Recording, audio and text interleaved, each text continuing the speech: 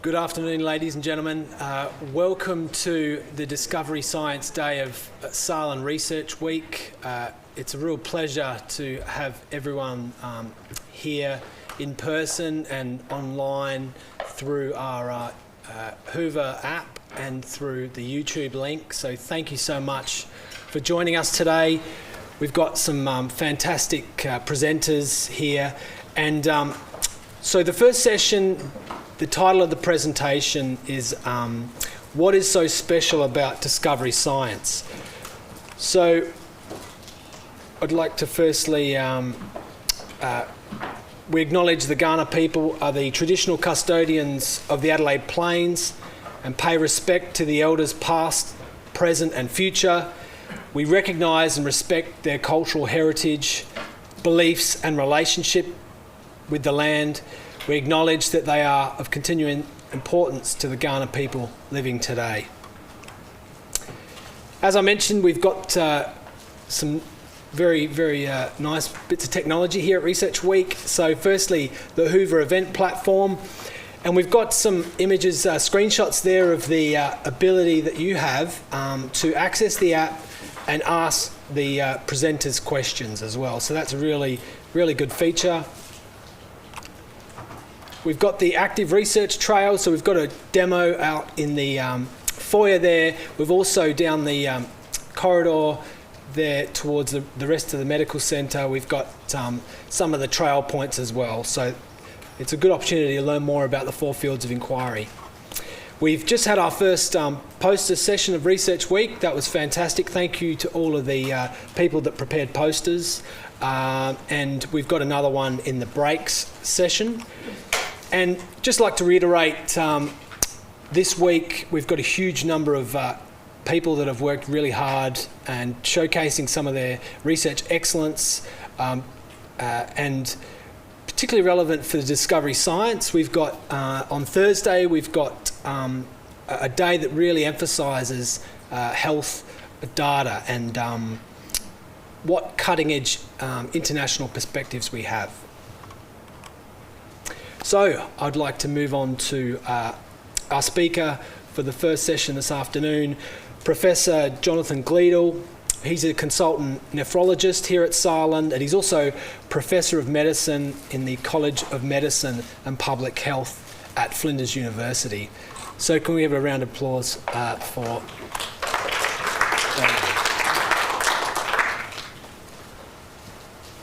So thanks, Simon.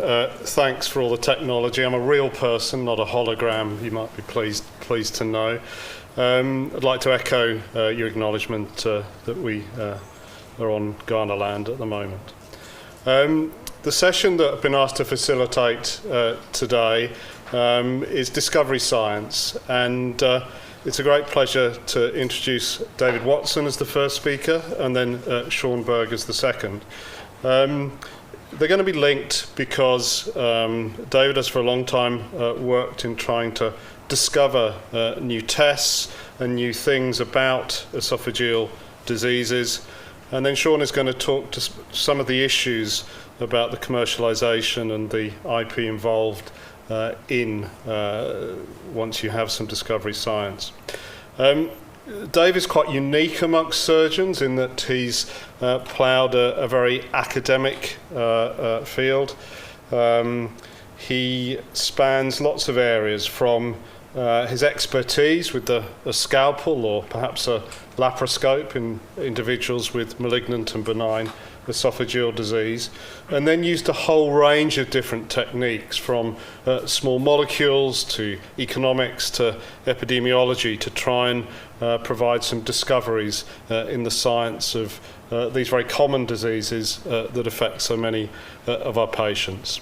So I'm just going to hand over to David now and look forward to your presentation.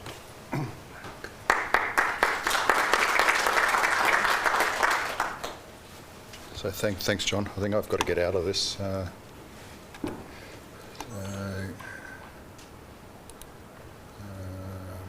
one. So I was asked to copy all my slides across. and I didn't because all their formatting would have fallen apart completely. So I might just put this on to make it a bit easier.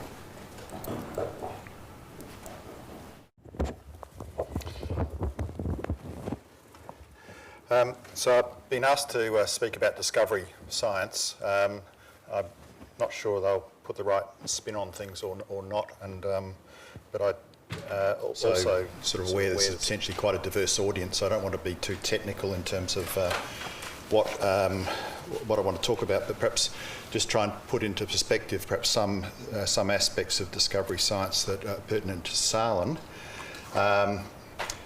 So I guess definition, this is from the book that the Research Office has put together for this week, so and for the Research Strategic Plan, so improving the understanding of the scientific basis of disease. So that's what SALHN has defined discovery science as. I guess I look at that as being sort of in the context of research that ultimately, in our context, generally has some sort of clinical focus. That's the context in which we work. And in terms of discovery science, it might be sort of basic laboratory work that fits in with that somehow. And generally it's applying sort of medical sciences to solving clinical problems. And generally I'd like to think of this as being integrated with the clinical areas in some way. So I think for the people that work within the SALHN environment, I think generally this is integrated into the clinical environment. And as Jonathan alluded to, I think this is sort of part of a spectrum of research, and I think the danger is to think of discovery science in isolation. I think your discovery science potentially feeds into clinical research and health services and population health research, and I know there's a sort of towards the end of the week we have a day on improvement and implementation science. So all of these things sort of work together to try and actually change the health of the population, and we need to be thinking about how we can integrate the other streams in at the same time. I'll be sort of in this, perhaps addressing this from the perspective of the surgery and perioperative medicine division. I've just listed a few groups there that have discovery science programs and some of the individuals involved in some of those, and that's by no means a complete list, but we have quite a few laboratory areas that are within the division that are essentially SALHN research laboratories that would collaborate with the university. And just to sort of highlight some of the individuals, so Phil Dinning runs a lab which is looking at colonic motility and works quite closely with the colorectal surgical unit and gastroenterologists and neuroscientists in the university. And Phil has unique equipment for measuring colonic motility with a fibre optic catheter system, which can be used in humans and benchtop models to determine how the colon works.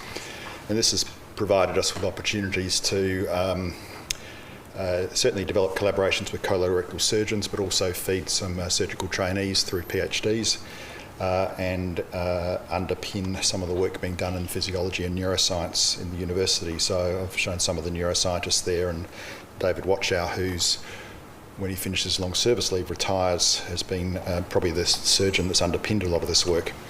And just to show you what's possible, Phil, for this invention and work, won the Eureka Prize about 10 years ago, so this is what can be done in the context of a lab in a hospital. So Graham Young, who's retired, but still we still pull him out to put him on research grants because his CV is still so good. He works with Michael and Erin Simons here, and they underpin work looking at colorectal cancer biomarkers, and there's some crossover into surgery as well. Ophthalmology sits within the Division of Surgery and Perioperative Medicine, so Justine Smith on the left, Jamie Craig on the right. Both have significant laboratory research programs in the biomarker area and genetic area. So I wanted to, I guess it's easy to focus on your own area to give some examples, but and that's what I'll do. And I really wanted to talk about how we can potentially integrate discovery science research to address a clinical problem. So the clinical problem that I'm interested in, that's because that's the area I work in, is esophageal cancer. So we have, it doesn't work, does it? Interesting. The mouse works on the screen that I can see, not the one you can see. So anyhow, on that picture there, essentially that funny-looking lump on the bottom right is a cancer of the esophagus, and that's a pathology specimen, again showing a cancer of the distal esophagus. Esophageal cancer, whilst it might seem uncommon in Australia, is the 6th commonest cancer worldwide. So across the world it is a major issue. From a cancer perspective, the top 5 cancers in terms of deaths are listed on that slide. So you've got lung, bowel, prostate, breast and pancreas. Esophageal cancer comes into the top 10, and it basically accounts for about, I guess, about a quarter of the deaths that we see from bowel cancer. So it's not insignificant.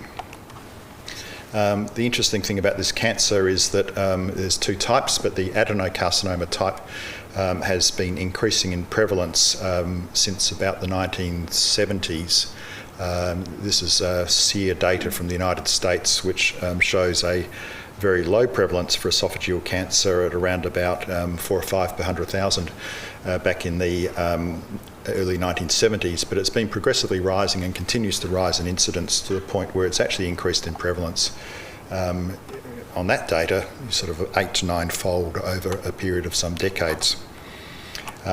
This is some Australian data, which is from the early 80s to the early 2000s, which basically shows the same rise and where the crossover point happened in the early 1990s.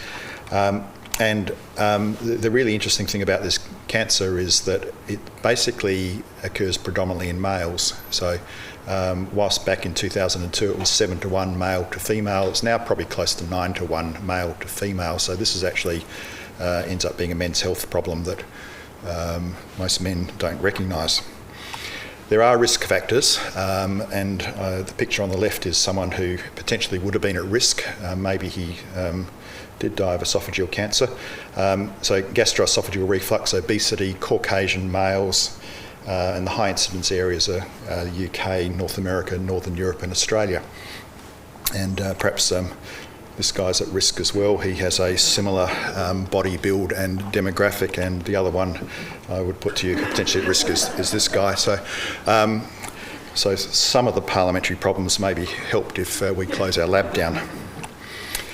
So what we see is top left picture there is a endoscopy picture of ulcerative esophagitis, gastroesophageal reflux. In a proportion of people with this problem, there is a metaplastic change in the esophageal mucosa from a squamous to a columnar mucosa, which is the sort of redder salmon-coloured mucosa you can see on that slide. And that is potentially unstable, and in a proportion of people will become dysplastic, which is the bottom right picture, and then a proportion of those will progress to cancer. So across someone's lifetime, maybe 5 to 10% of people who develop Barrett's esophagus will ultimately develop cancer. This is some data from a sort of cancer surgery database that we keep, and essentially shows that 87% of the people we now treat and operate on are now with esophageal adenocarcinoma, which is the one of interest in male.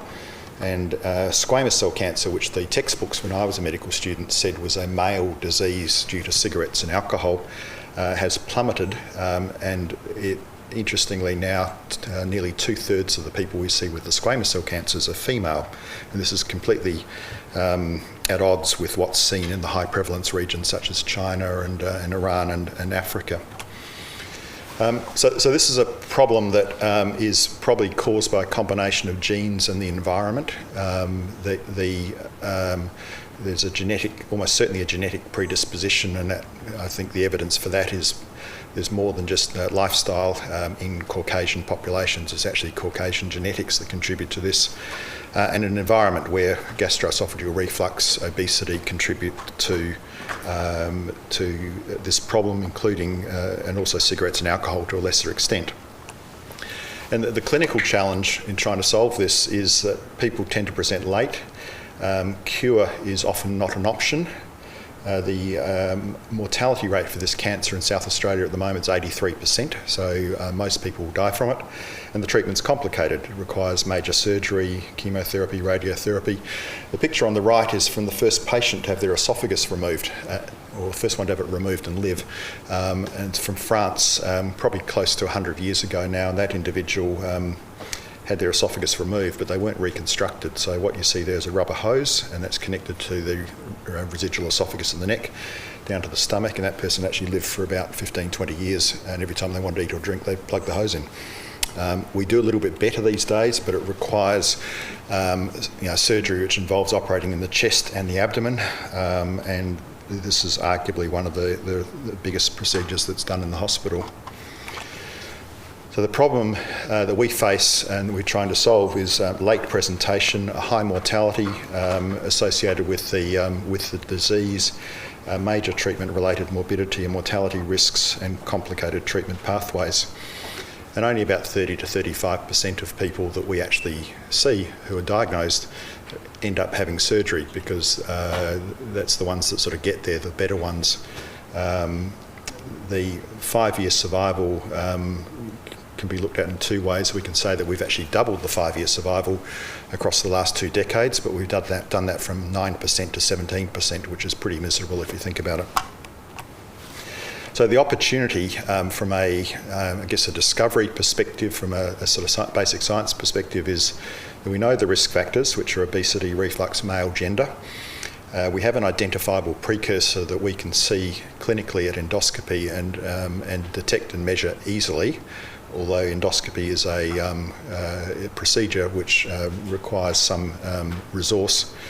And the potential opportunities are prevention and early detection and early intervention.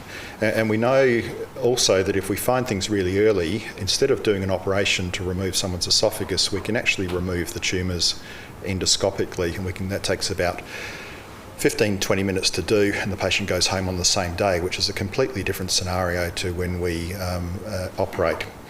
Cure rates tend to be higher, anything between 70 and close to 100%, and we can avoid surgery if we find people early.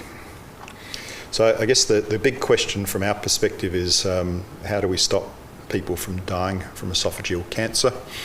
That might be by finding them at an earlier stage, but also how do we stop them from dying from their treatment, because the treatment's fairly morbid as well. So they're the things that drive us.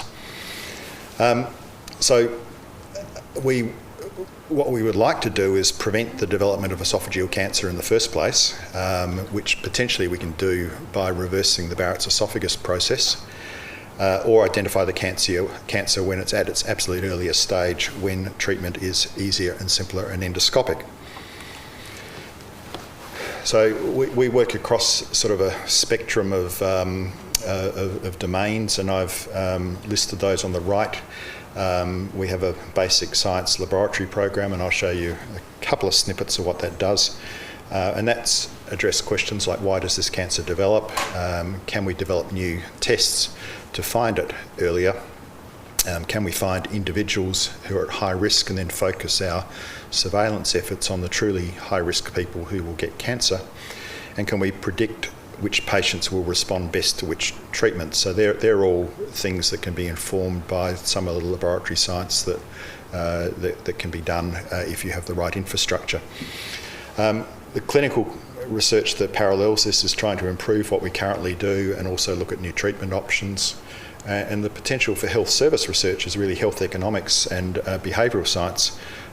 So we integrate this with health economic modelling, which I'll show you, because it's all very well and good to find a new test, but if that test is so expensive that it's never going to make sense and never be funded in our health system, you need to be looking for a better way to do things.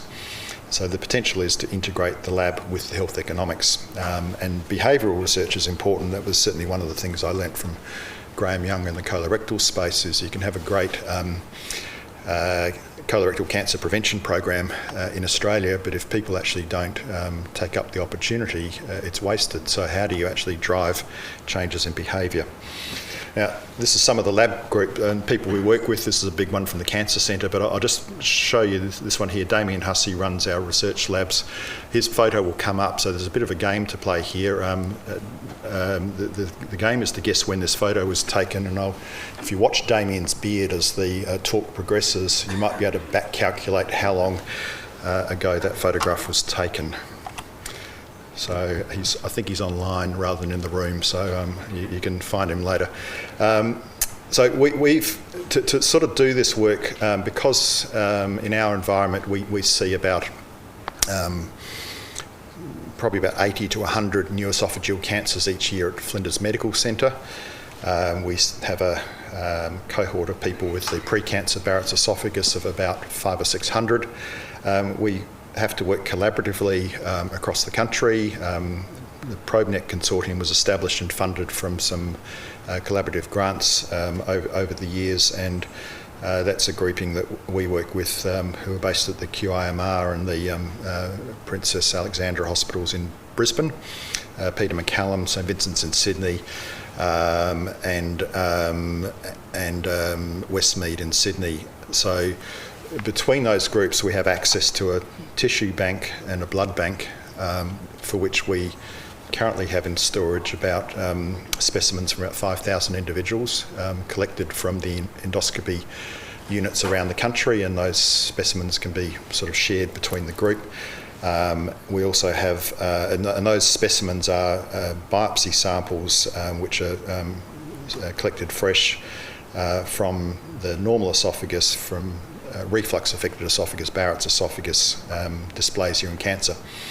And for many of these individuals there are also matched blood samples as well that sit there that are sort of applied to some of this research, and clinical data that's matched to those tissues and bloods, and also some quality of life data as well. So that provides us with a resource. And as I said, we try and integrate this with clinicians, so surgeons and gastroenterologists, molecular biology lab team, both in the lab that works with me, but also across the Cancer Centre and some of the other people that work there, like Michael. We've at various stages had access to nurses to help us with recruitment of patients, although that depends on the funding at the time. We work with population health economics and behavioural science researchers, particularly I'd underline the importance of the health economics collaboration for us. So a couple of examples of what can be done. This is a paper we published a few years ago. We set out to try and determine whether or not we could develop a blood test effectively to identify esophageal cancer, whether we could make that sort of sensitive enough and specific enough to be used as an adjunct in our sort of surveillance programs, possibly even throw it into a screening environment. And for a range of reasons, we ended up going down the path of looking at circulating serum exosome microRNAs as the potential way of doing that. For those not familiar with microRNAs, I'm sure there are at least some in the room in that category. We're talking about sort of small lengths of RNA that essentially control the behaviour of multiple genes. So they control the behaviour of hundreds of genes, and they sort of are switches that sort of switch on and switch off the function of these genes. Genes produce proteins, so effectively they're a mechanism that drives basic cellular processes and the way in which cells behave. So some of these microRNAs can promote cancer-type behaviours, and some of them can suppress them. So that's why we started looking at these. The cells bud off what are called exosomes, which are little packages of cytoplasm with a cell membrane around them. The exosomes contain various substances in them, including microRNAs, and they're potentially a mechanism for cells to communicate and affect the behaviour of other cells through these exosomes. You can find exosomes in blood. You can find exosomes that are produced or secreted from cancers in people's blood. So that was the sort of the process or the motivation for for looking at those things. So the lab group worked collaboratively to develop techniques to isolate and purify exosomes from people with cancer, and then to look at the RNA fraction of those exosomes to find cancer-specific signals that might be of relevance to our clinical questions. So this was the sort of preliminary work.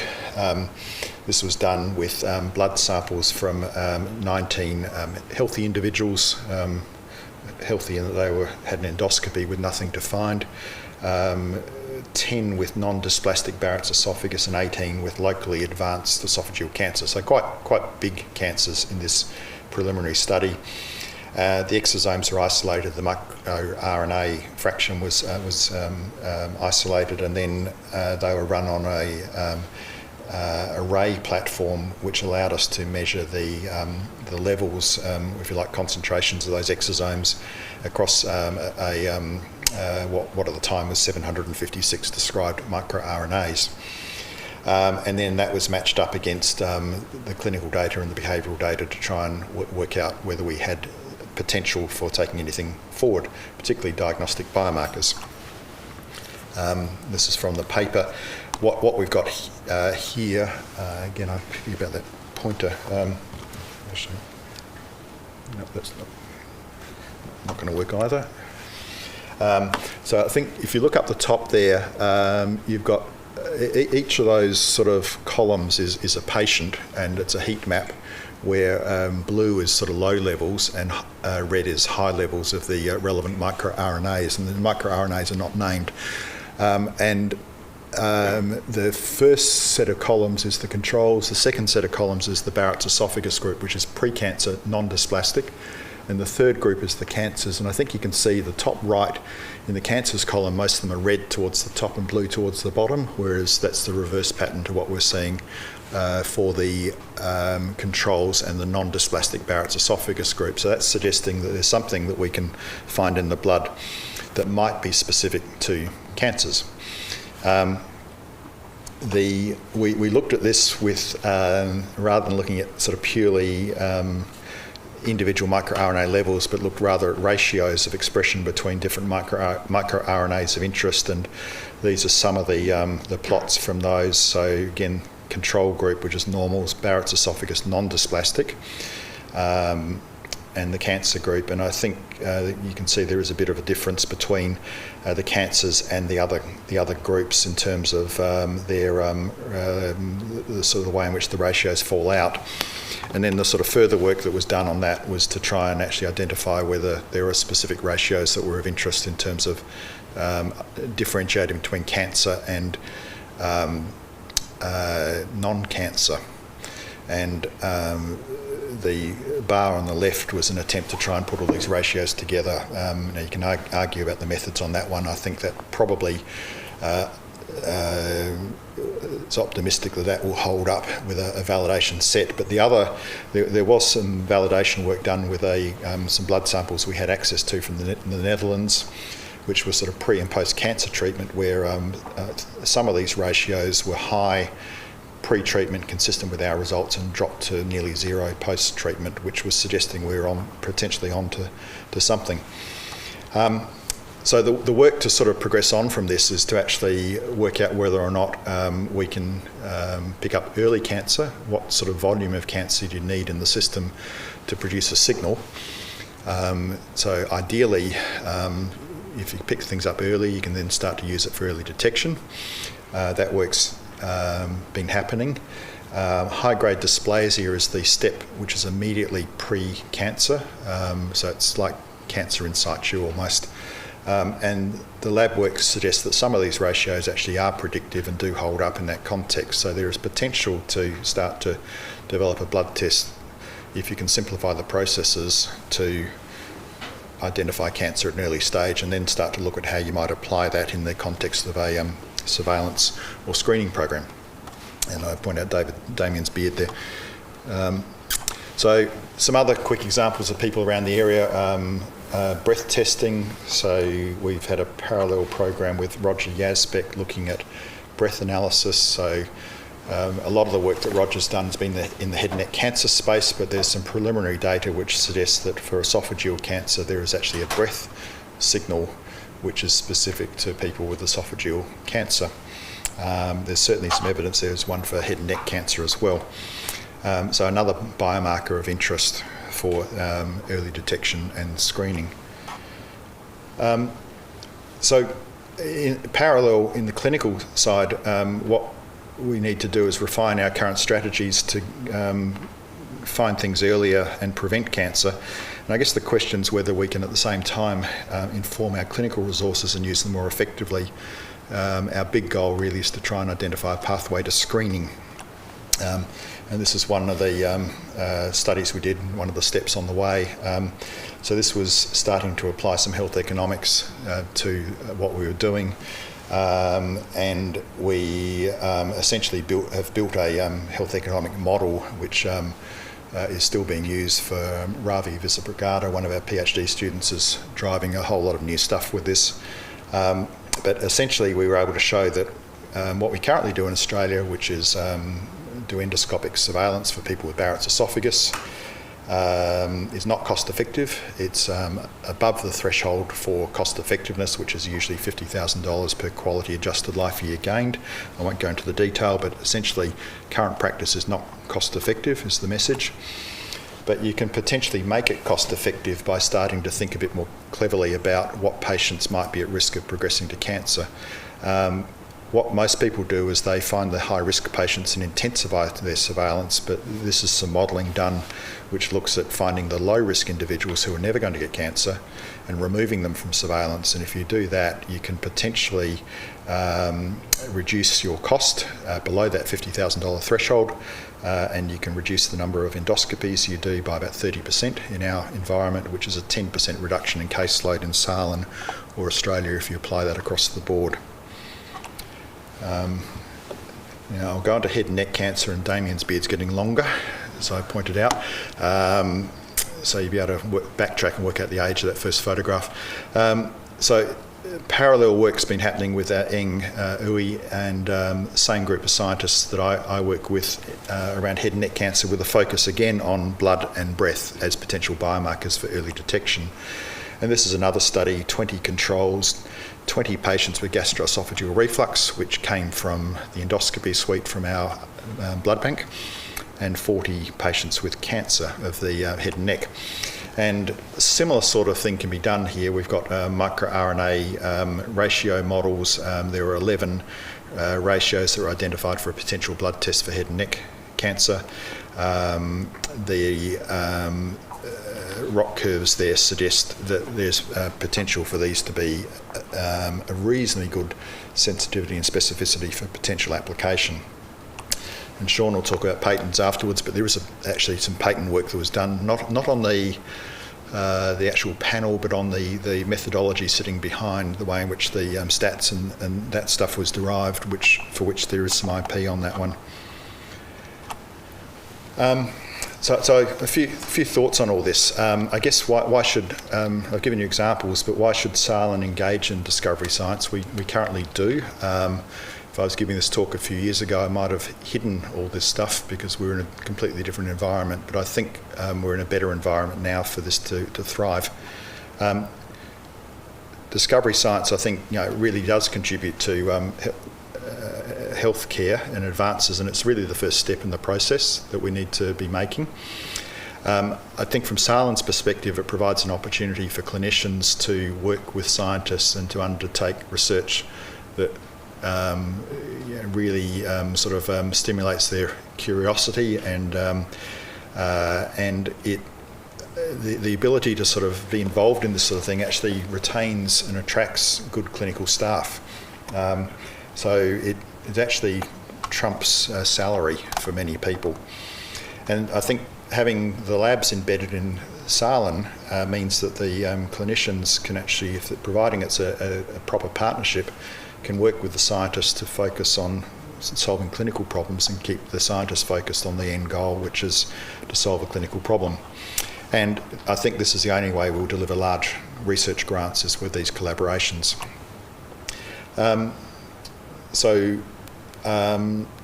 Economically, it makes sense.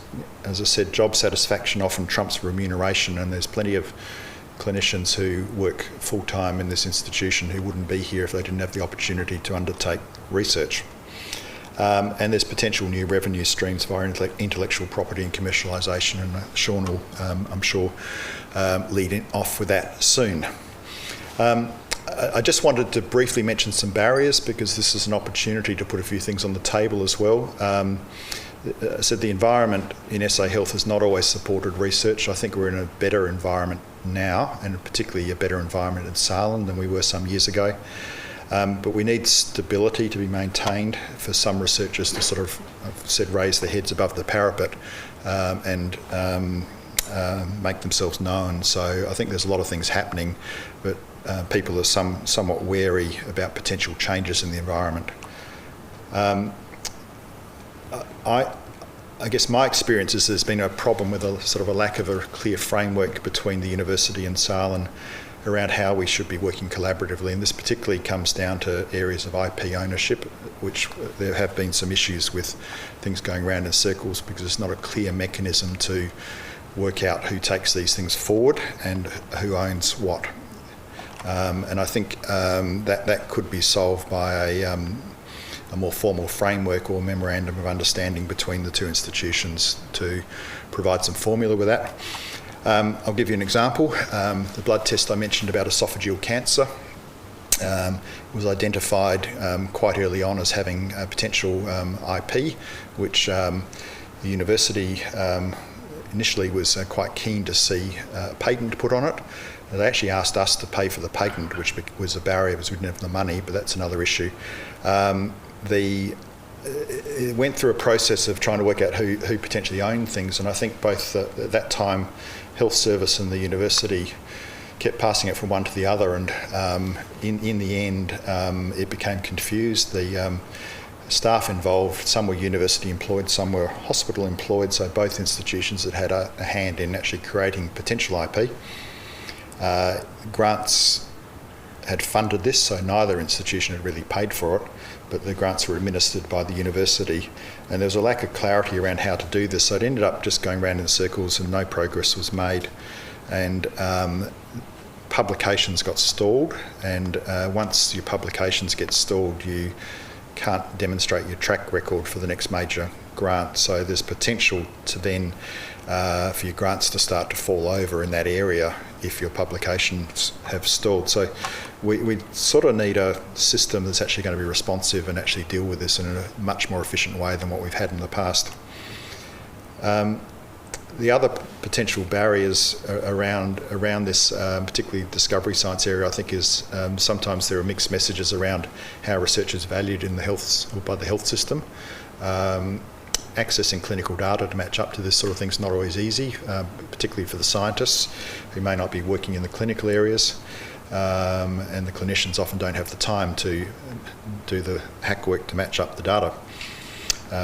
Some of the systems we work in are quite risk averse around, and risk often trumps being able to move things forward.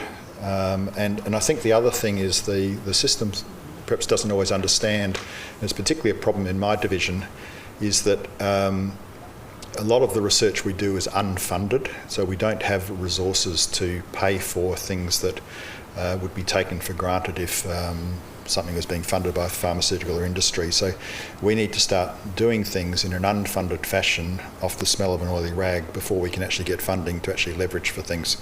And that's a barrier that sometimes becomes a problem with some of the compliance systems.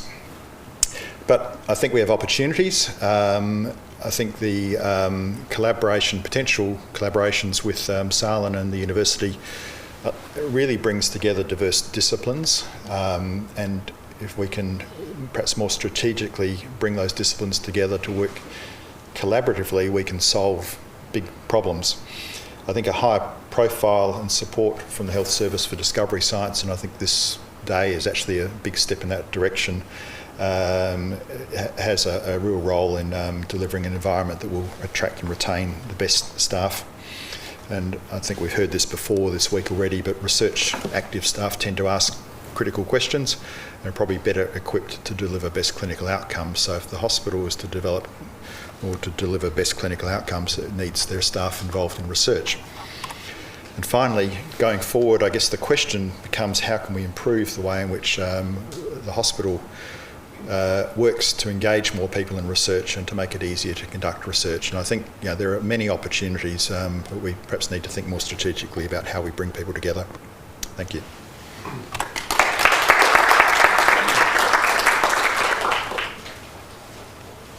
Great, thanks very much, David. A great talk which took us through your own research, that of your team, and also some challenges and opportunities as you see them. Invite some questions. There's an app here, questions, so please fire them away and I'll endeavour to ask them. David, I might focus on your own work just to start with. A screening test for esophageal cancer, is that really feasible? Is it a common enough condition? Will you get a test that's good enough? I mean, there's a lot of new technologies with circulating DNA and so on. Where do you think it's going to head? Yeah, so I don't think a screening test in isolation is enough. I think the opportunity is to be able to make the current surveillance systems work far more efficiently by identifying who's going to most likely to get cancer, and there's paradoxically there's actually quite a large number of people that we currently do endoscopy on that will never get cancer. Once you take them out of the equation and identify the truly high risk people, you potentially have an environment where you can start to model screening. The potential for some sort of novel test is to change the economics around how you deliver that. So can you start to eliminate some of the endoscopies, but you won't deliver screening, I agree, from a blood test. Okay. Any questions in the room? Anyone that wants to ask a question or via the app? Question here, how can SALHN set up the next ProbeNet type initiative? Clearly a lot of work to bring those things together, I imagine.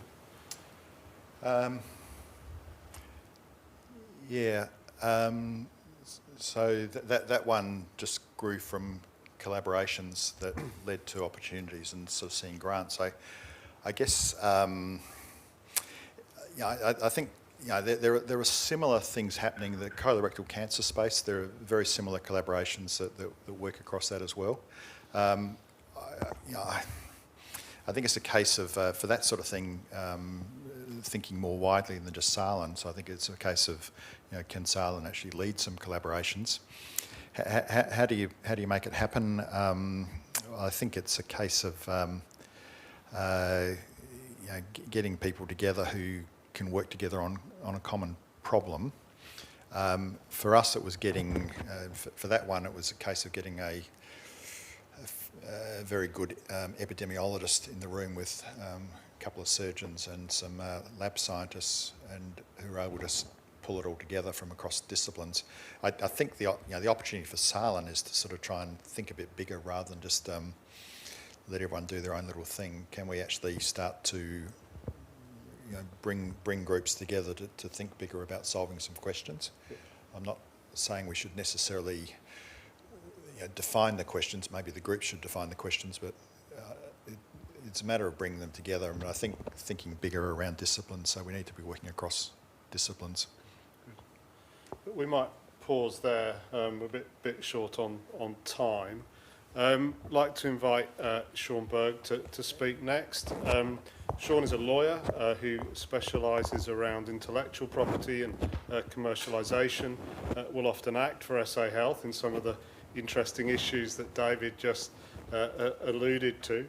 He's been involved in the commercialisation of some impressive size of marketing of drugs. I don't know if you work on commission or not, but those $1 billion sounded very impressive. So it's great to have you give a different perspective, Sean, on commercialisation and IP around some of this work. So welcome. Thank you.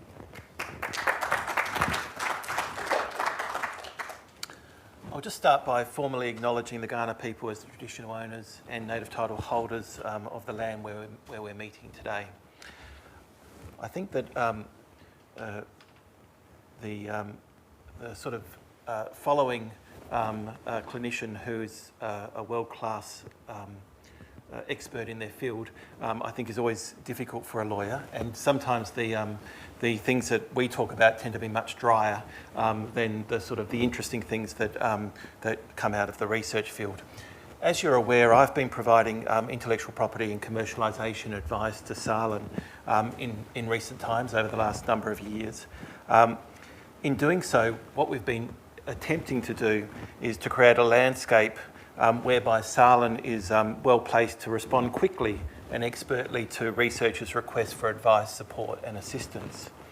To achieve this, not only do we need to identify and package intellectual property so that it's commercially attractive to third parties, but we need to ensure that we have a system in place which supports research that has commercialisation potential.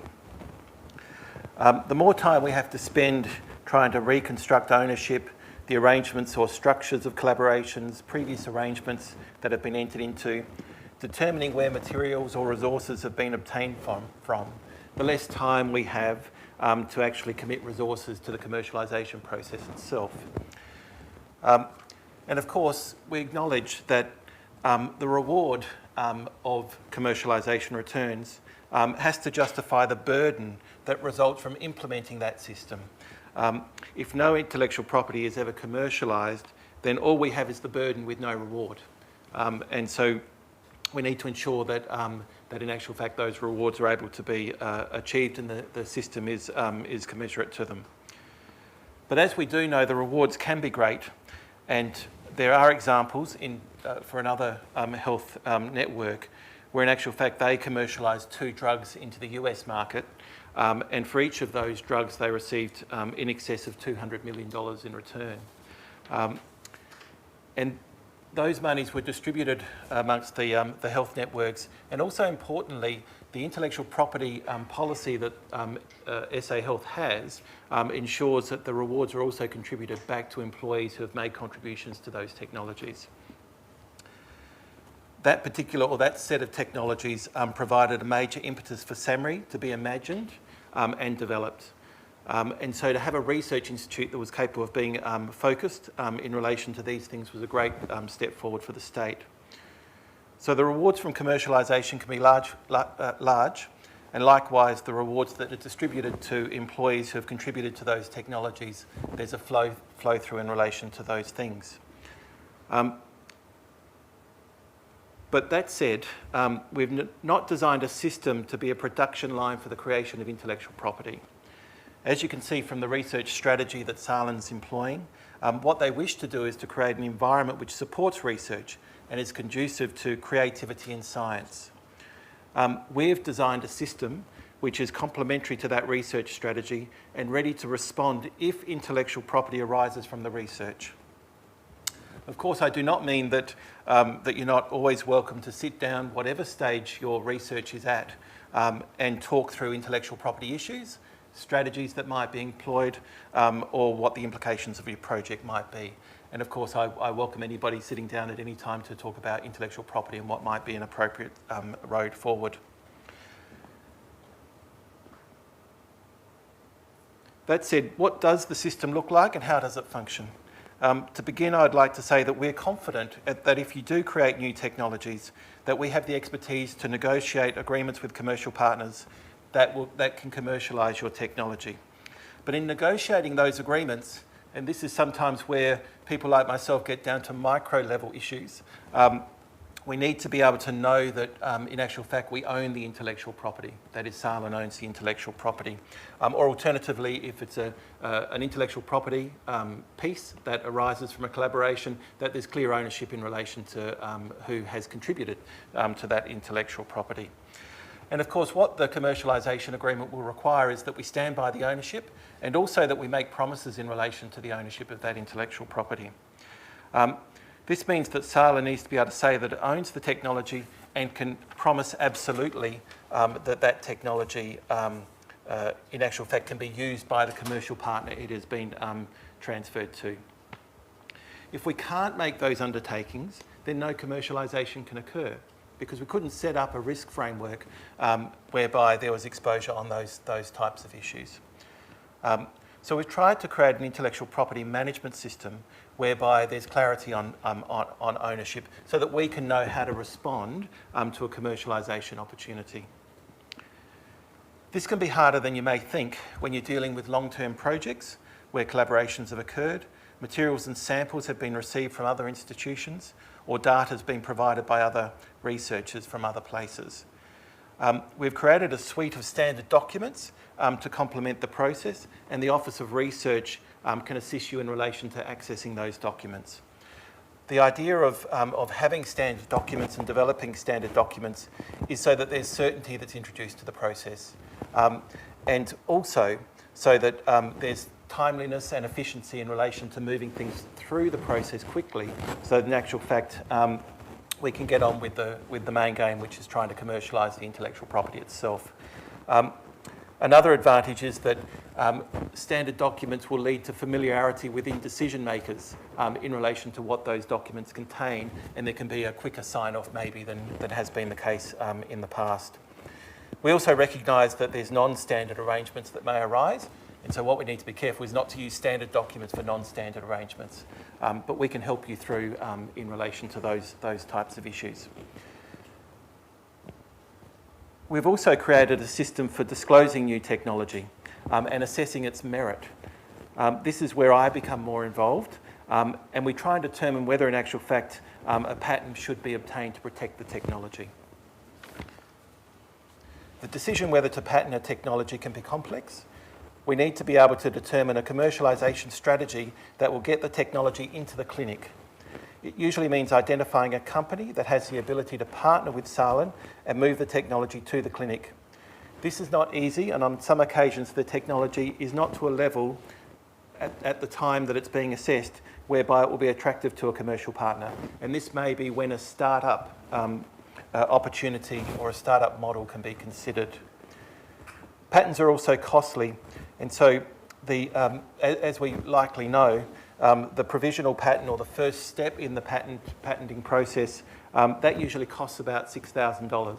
And so finding the money for patent costs is also another barrier that we need to overcome. But what we try and do is that if we do enter into a commercialisation arrangement, we pass those costs across to the commercial partner. Recently, the Hospital Research Foundation has advised SALHN that it will provide the funding in relation to a certain amount, that it will provide the funding in relation to provisional patent costs. So that gives us a little bit more freedom than we've had in the past in relation to moving things forward. All these activities are undertaken in collaboration with the lead researchers.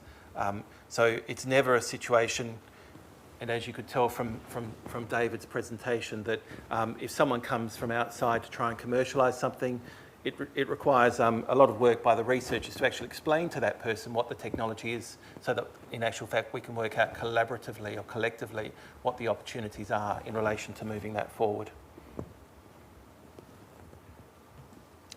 To assist researchers to understand the process and provide further information, what we've done is we've developed a guide which is called Essentials, or Intellectual Property Essentials.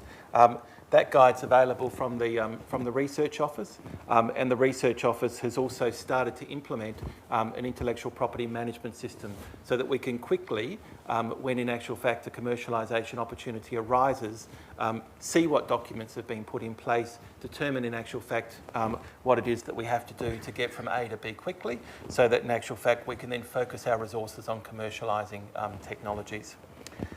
What we've tried to do is to create a light touch, quick, responsive system that can be used if it needs to be used. It complements the research strategy by creating a space which is conducive to doing research. Our hope is to create a commercialisation pathway that results in financial returns that can support you and further research activities that you undertake. I'll full stop there. Thanks very much for the time today.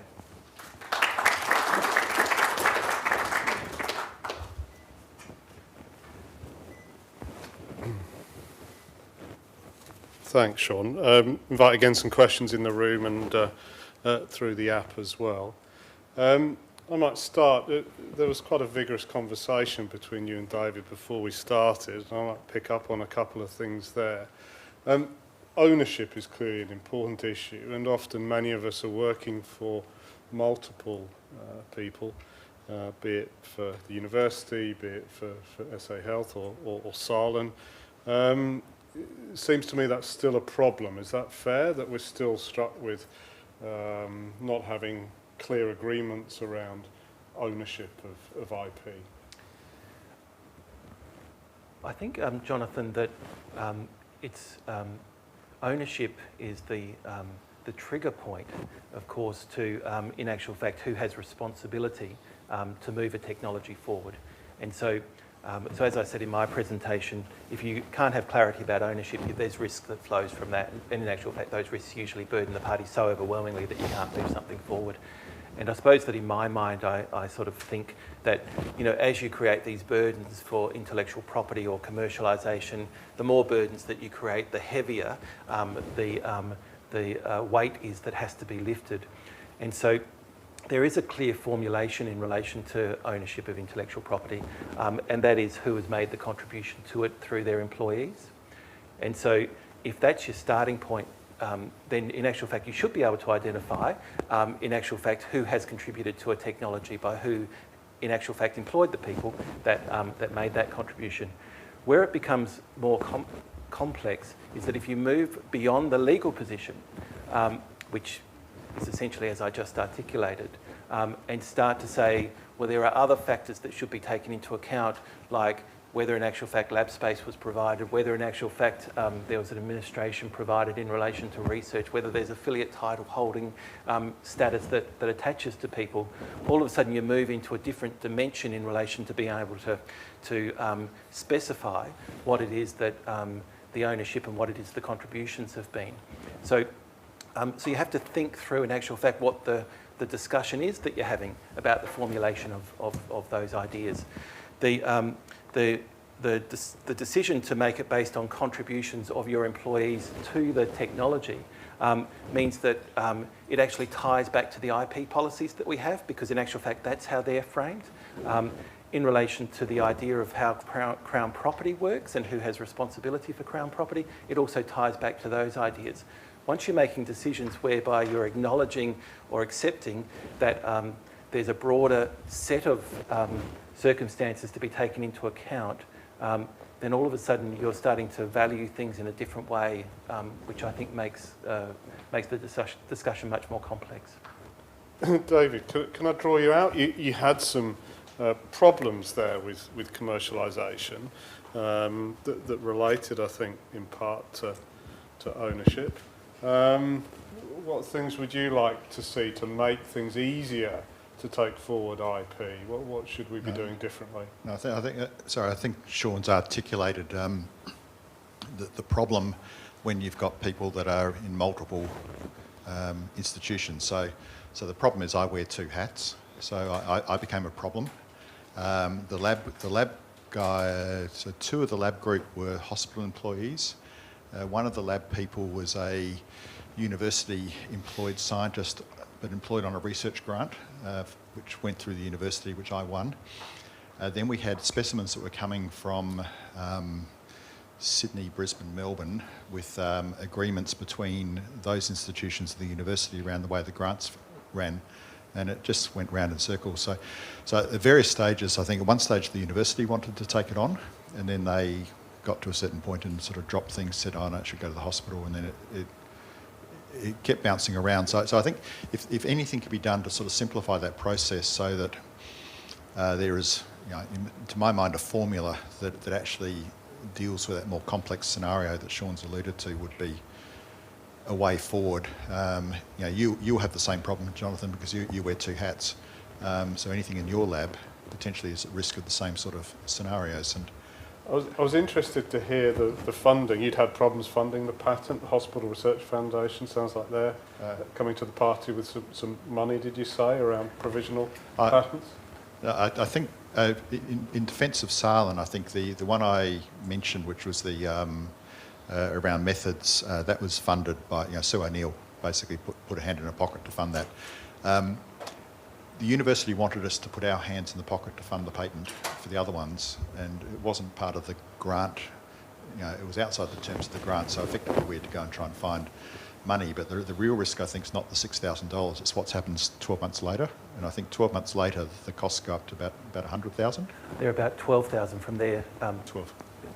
But eventually it gets to 100,000 and slightly more. So you're right. So I think the institutions really need to have a mechanism to fund that, and it needs to be done in a timely fashion so that it doesn't sort of bounce around for months and months and months. So I think I'd agree with all those comments that David's made. Of course, there needs to be some practical and sensible way to move these things forward. I was simply making the point that what the base is that conversation occurs on is very important to define as well, because it is complex. Look, I think we're getting the hurry up, but thanks both for great presentations. Work in progress in both areas, it would seem, but thank you very much for a good session. Thank you.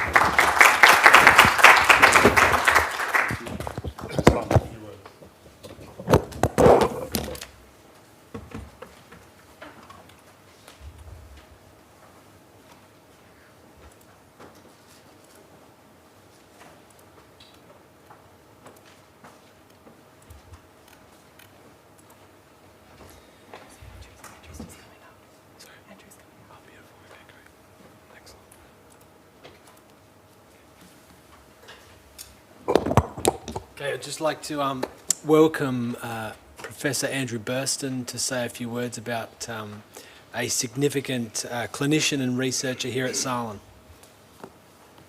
Look, thank you, Simon. I'm going to be brief because I think Mark Butcher, representing the Minister for Health, spoke briefly about David Wachow yesterday, but we wanted to take this opportunity at the end of this session to really congratulate David. He's coming towards the end of his career, and to recognise the significant contributions he's made to research, particularly in the area of discovery science, but also in clinical trials. He, as you walk in, you'll notice, if you have a look at some of the initial photography when Flinders was being built, the first Flinders Medical School, there's the young David Wachow. He's quite recognisable there as well. Now, he can't be here today, but he's asked Professor Simon Brooks to accept this award, and I think when I spoke to him, he thought that was quite significant because I think, as David Watson mentioned, it really celebrates the collaboration between health and university in the work that he's been involved with, and I think he sees himself as a minor partner in that, Simon. But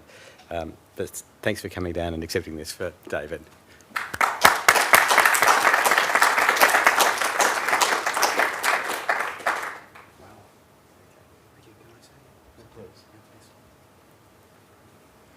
Well, it's an absolute pleasure and honour to accept this award on David's behalf. When David heard that he was getting this award, he wanted to point out one thing in his very typically modest fashion, which was that research is done by teams and collaborations, and that he's always been part of a team and collaboration. And that is true. I said that I'd pass that message on. What I didn't say was that I was going to disagree with it as well, because it's an absolute delight to see that somebody who's made very special contributions to those teams and collaborations is being honoured in this way. And David's been a real quiet champion for research. Over the 30 years that I've known him, we've worked together on many projects, and he's worked with many other people. And he has done remarkable things over the years. He's been to 30 years worth of lab meetings, putting us right about the clinical and surgical implications of our work. He's contributed income to the Clinician Special Purpose Fund, which has been used to support PhD scholarships and bridging finance and pieces of equipment so that research happened that wouldn't otherwise. He has also set up the links between surgery and basic scientists in the health service and in the university, using pieces of tissue that would otherwise be simply destroyed. In most universities and university hospitals around the world, tissue taken at surgery is simply got rid of, disposed of. David recognised the potential for this and set up links between surgery and basic science groups, which has been operating now for over 20 years, making possible a whole area of research that otherwise wouldn't happen. So I think it's really wonderful that his colleagues and peers acknowledge a remarkable contribution over a really extended period, and it'll give me great delight to take this award round to his place when he gets back from holiday. Thank you.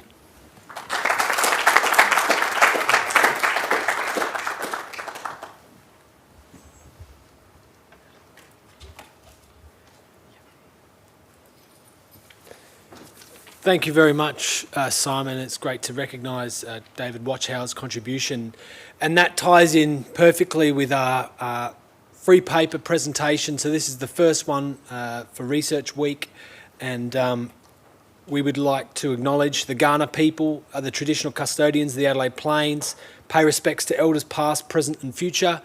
We recognise and respect their cultural heritage, beliefs and relationships with the land.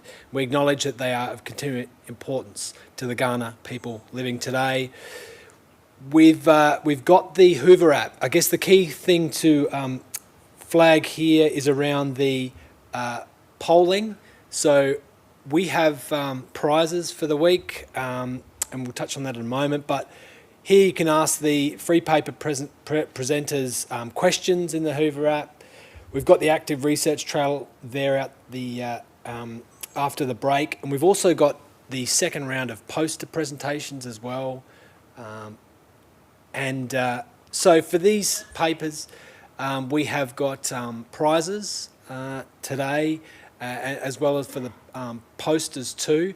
And this is all done on the Hoover event platform. So you'll notice that there is, if you probably can't see, it's quite small, the screenshot there, but there's the Hoover app. If you go to agenda, and if you click on the session that we're in now, the free papers session, there's a poll. So it's very democratic methodology here. You've got one vote. You can select who you think has given us the, who you think should be awarded the prize. And just to recap, we've got a week, like another 3 days of fantastic sessions coming up as well. So I'd like to move on to the facilitator for this session. We had a great discussion in the foyer there before. Professor Damien Keating, he's the Flinders Health and Medical Research Institute Deputy Director, the theme lead for molecular biosciences with the College of Medicine and Public Health at Flinders University. So if I'd just like to welcome Damien. Thank you, Simon. If I just take a couple of words to build on what Simon had to say about David Watchow, I've been a huge benefactor. Well, David has supported our research program as well as Simon's for a very long time. He's a rare beast in terms of his collegiality, his humility, his generosity, and you know, it's been a long and distinguished career. When we talk about his contributions in terms of you know, co-funding of various things, we're talking millions of dollars. You know, it's no small thing that he's undertaken. He sees his role within a large team. He's very humble about that role, but to be honest, a lot of the work that Simon and I do and others actually stands us apart internationally in terms of our access to human gut tissue, and that is only possible through David Watchow. He's also trained the next generation of surgeons who are also highly supportive, are also part of our collaborative team, and so I just wanted to acknowledge David as well. So I'd like to welcome you to this session of talks. We're going to have one less than is in the schedule, I believe, but I will keep speakers to time if I can.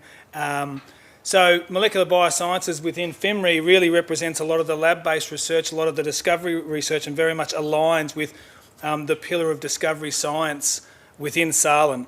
And so I really look forward to seeing this series of talks from SALHN-based researchers and to give us the opportunity, I guess, to understand more about what research is occurring within this building so that we can try to enhance our collaborative opportunities and you know, and undertake together the sort of research that we want to do. The first speaker today is Dr. Min Son To. Son, if you want to come down. I know Son rather well. I was his PhD supervisor. He was the first individual, I think the only individual, to undertake, graduate from the medical program and undertake a PhD at the same time. He travelled to the USA and to Canberra to undertake extensive studies. He's now embedding himself in a lot of computer learning, machine learning, AI type research, and he's going to talk today about opportunistic detection of osteoporosis on chest radiographs with deep learning. Thanks, Son. Thanks, Damien.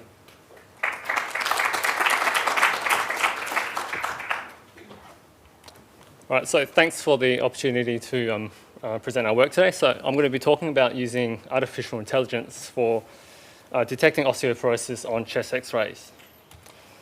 So osteoporosis is common. It affects 4% of the Australian population, and the prevalence increases with age and disproportionately affects females over males. It's characterised by low bone mineral density, where the bones get thin and fragile, and such that even a minimal, like a very minor bump, can cause a fracture. And these fractures are associated with significant morbidity and mortality. So, for example, after a hip fracture in a 75-year-old, the quoted mortality after a hip fracture in 75-year-olds and above is around 20 to 30% in the first year.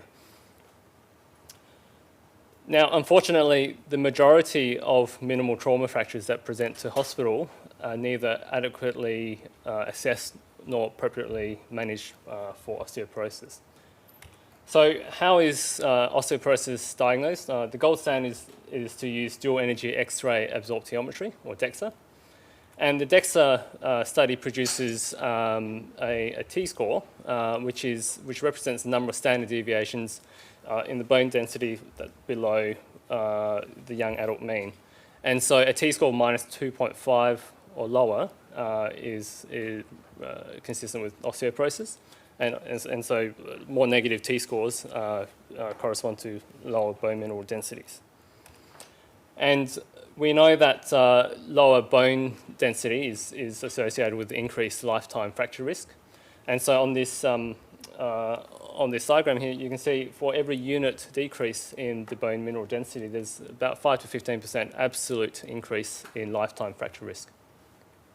Right. But fracture risk is multifactorial and depends on other things like previous fractures, glucocorticoid usage, etc.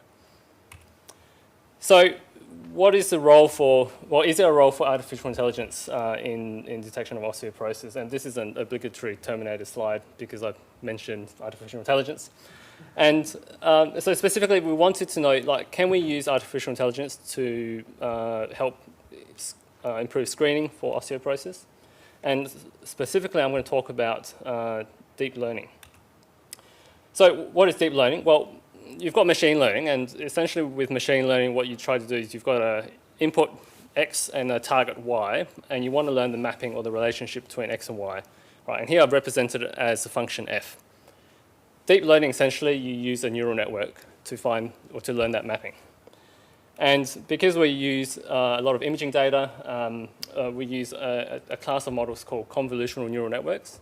And so the convolutional neural network, or CNN, represented here, has several layers, but real-world CNNs might have hundreds or thousands of layers. And so the convolutional filter is the workhorse of these CNNs, and they extract spatial information.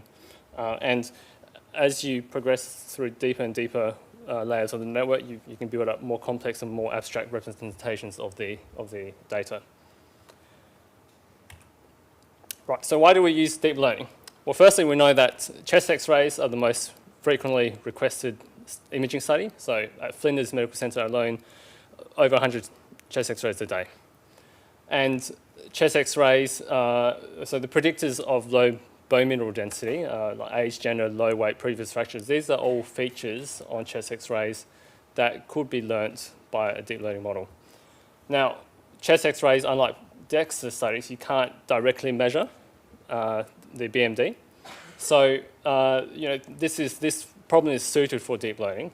And this also motivates the opportunistic aspect of our work in that we can, once we develop this model, we can run it on every single chest X-ray, essentially for free, whenever the chest X-ray is performed.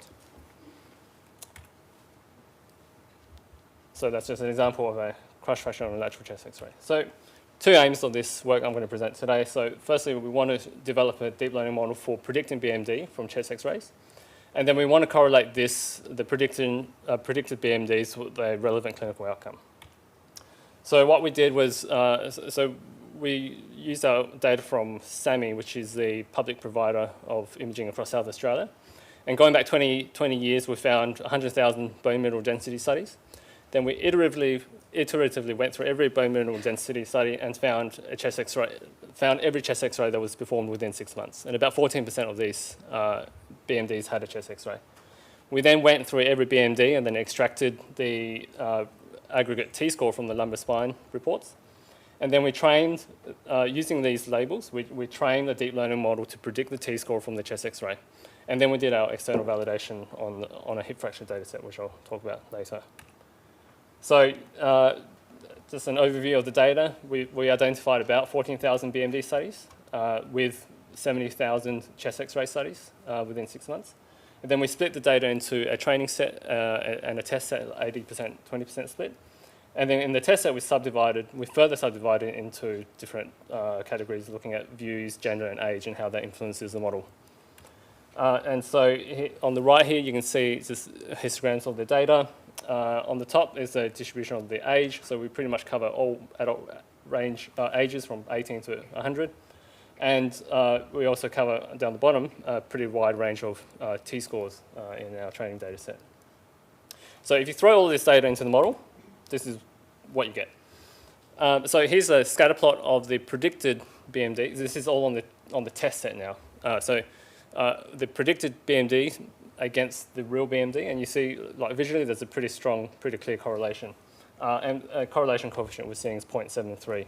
And if you do a receiver-operator characteristic curve to look at diagnostic performance, so this RSE curve is for the detection of osteoporosis, so a BMD of minus 2.5 or below.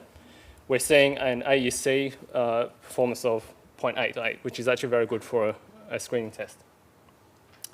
So to sanity check the model, we did a few explainability experiments. So with the CNNs, you can generate heat maps to see where the CNN is focusing on the image. And so these heat maps here, the hotspots here correspond to the parts of the image that drive the prediction negative, right, or that are correlated or predictive of osteoporosis.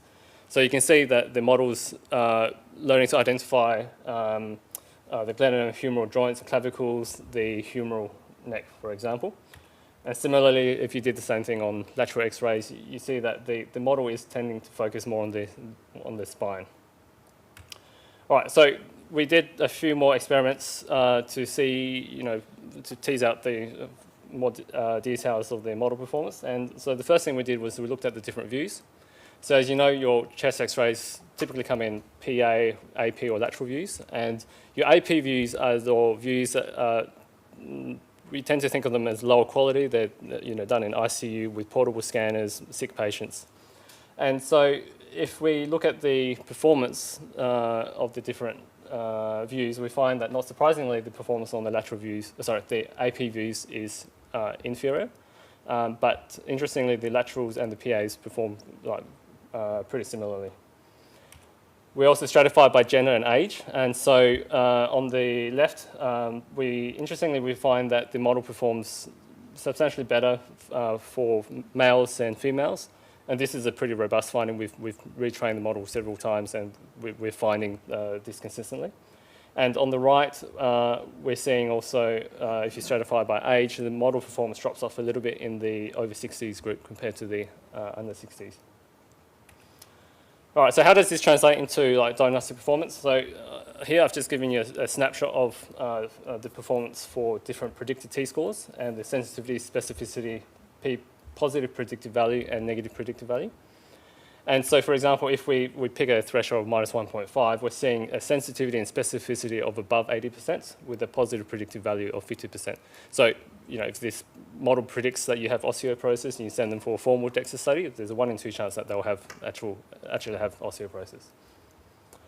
So up to now, we've demonstrated that we can train a deep learning model to predict BMD from chest X-rays. So the next step is to do a validation experiment. And the question is, is the predicted BMD correlated with a relevant clinical outcome like fragility fractures?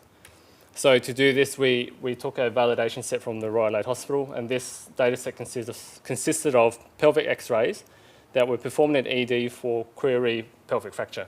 So most of these patients also have chest X-rays done at the same time.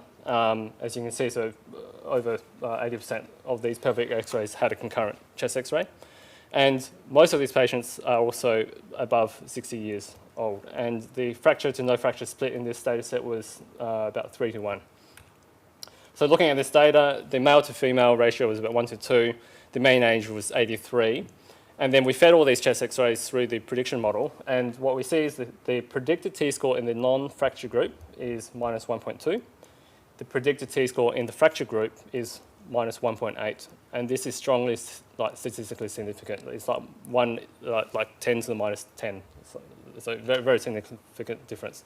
But you can't use the predicted T-score to predict fracture itself. And so if you try to do that, you see on the right-hand side the RSE curve. And that relates back to one of my earlier points that fracture risk is multifactorial. So we've demonstrated that we can predict BMD from chest X-ray, and we can also show that this predicted BMD is correlated with a meaningful clinical outcome. There are a number of limitations though, and the main one is this is a retrospective data set, and there are sampling issues related to indications for having a BMD study in the first place. And so there are age-related and gender-related biases in our data set. We also have relatively noisy imaging data in that there's no standardization or there's not much quality control for the images. There's a very wide variety of good quality and low quality X-rays in our data.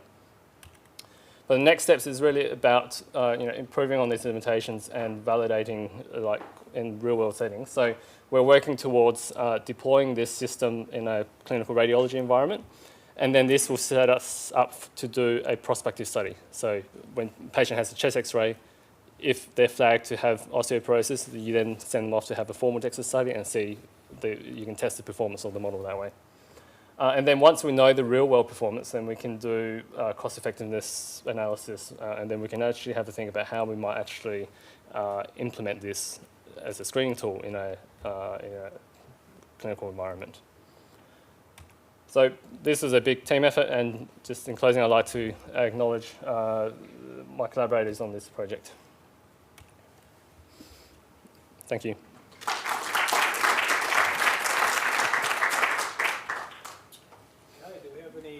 Questions from the room or online?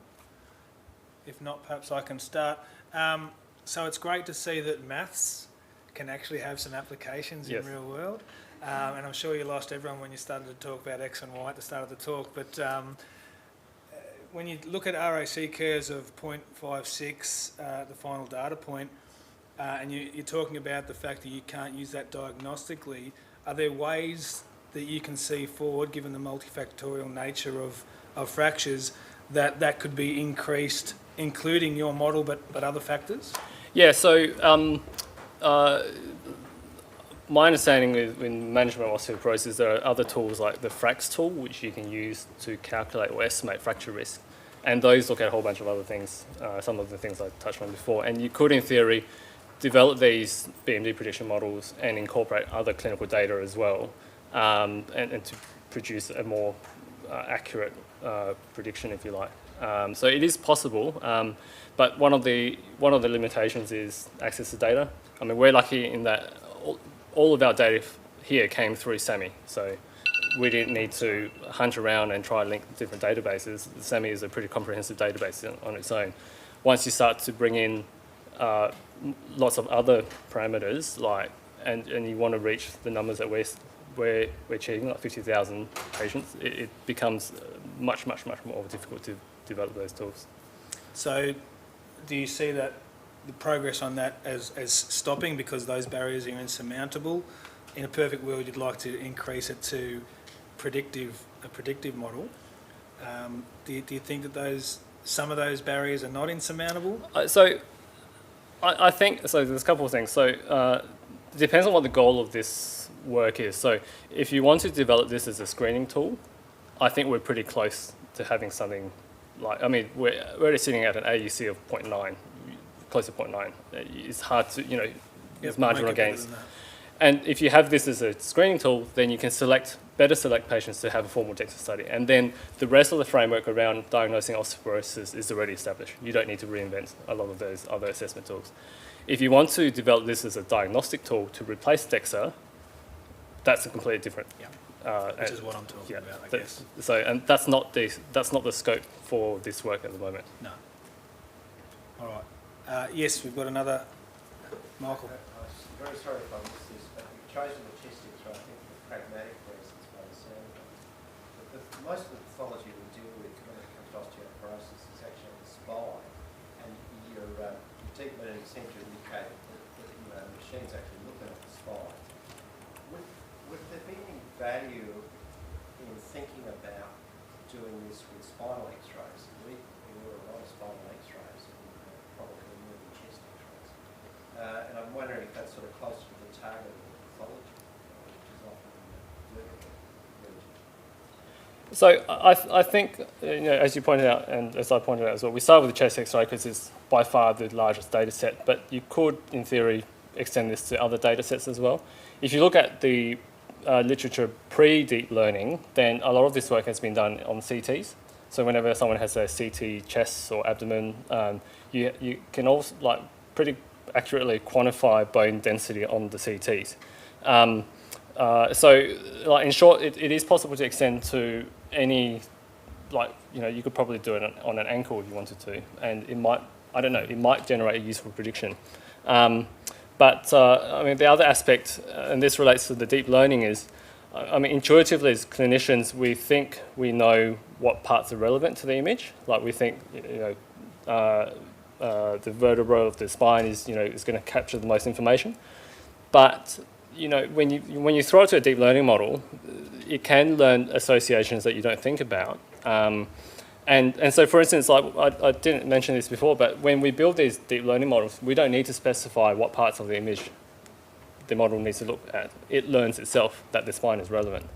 And so, the short answer is it's worth trying, other modalities, other body regions, but I don't know intuitively, what's going to work best until we've actually done it. Mahir, last question. Great series on a question about the hotspots there on your deep learning model. So they are different to what the bone density would. I take the point of it correlating really well, but the traditional bone density in the spine would measure L1 to L4. So I guess when the deep learning algorithms reading a chest X-ray, there will be different densities depending on what other structures are joining the spine. So is there an issue with correlating a different section of the spine to a different section in the AI model versus different regions of the spine within the chest X-ray depending on the corresponding shadow, let's say, because that can vary from person to person? Yeah, I think if you take your imaging that's very remote or distant from the spine, for instance, in a DEXA study, you might get weaker predictions. The data just doesn't, the imaging just doesn't strongly correlate as well with the regions that you're actually interested in when you're doing bone density studies. But again, it sort of gets back to the point of deep learning. The advantage of deep learning models is you can learn these associations, and the proof is in the pudding, right? We've used chest X-ray to predict lumbar spine, BMD. So you can use these deep learning approaches to try to tease out associations that you wouldn't have thought existed. So that's the approach that we took here. All right, thank you very much for the questions from the audience, and thanks very much, Son, for a fascinating piece of research. Okay, our next speaker that was listed, Greg Roberts, is not available to speak today, so we'll move on to our following speaker on the list, which is Associate Professor Danny Louise Dixon. Danny's here, yep, haven't spotted you. Danny's a hospital research scientist who's been leading her own group for a number of years now, and I won't say how many. And is going to talk about monocyte macrophage infiltration and activation in the lung due to chronic heart failure. Thanks, Dave. Am I going the right way here?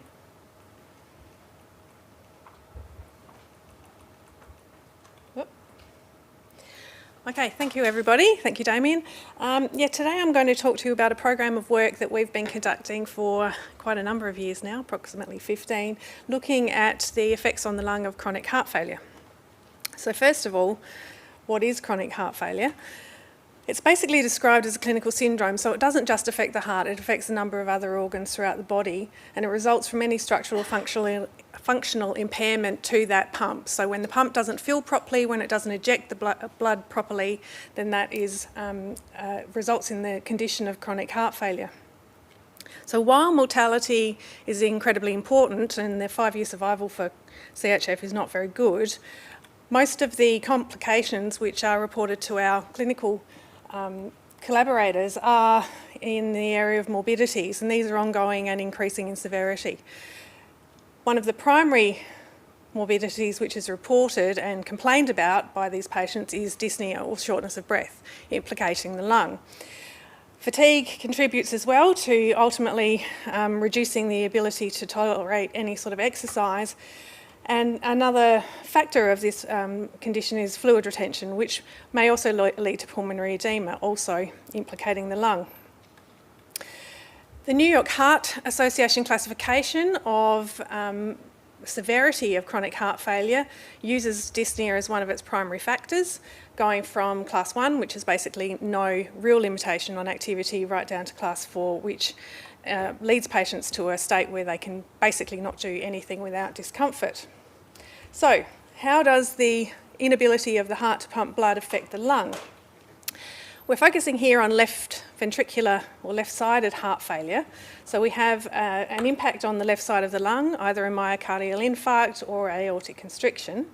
This will lead to an increase in left ventricular pressure, specifically left ventricular end diastolic pressure can be measured.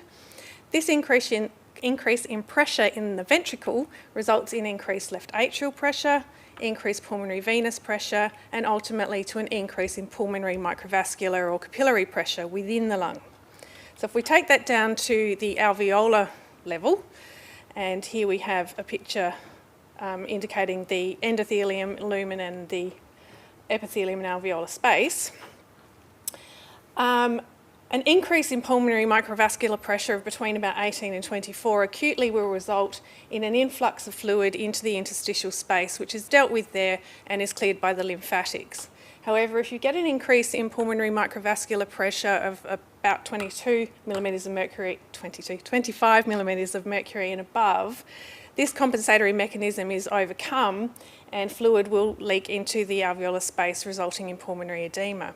So this could be the explanation for the effects of CHF on the lung, and we therefore wanted to investigate that further in a model of chronic increase in pulmonary microvascular pressure.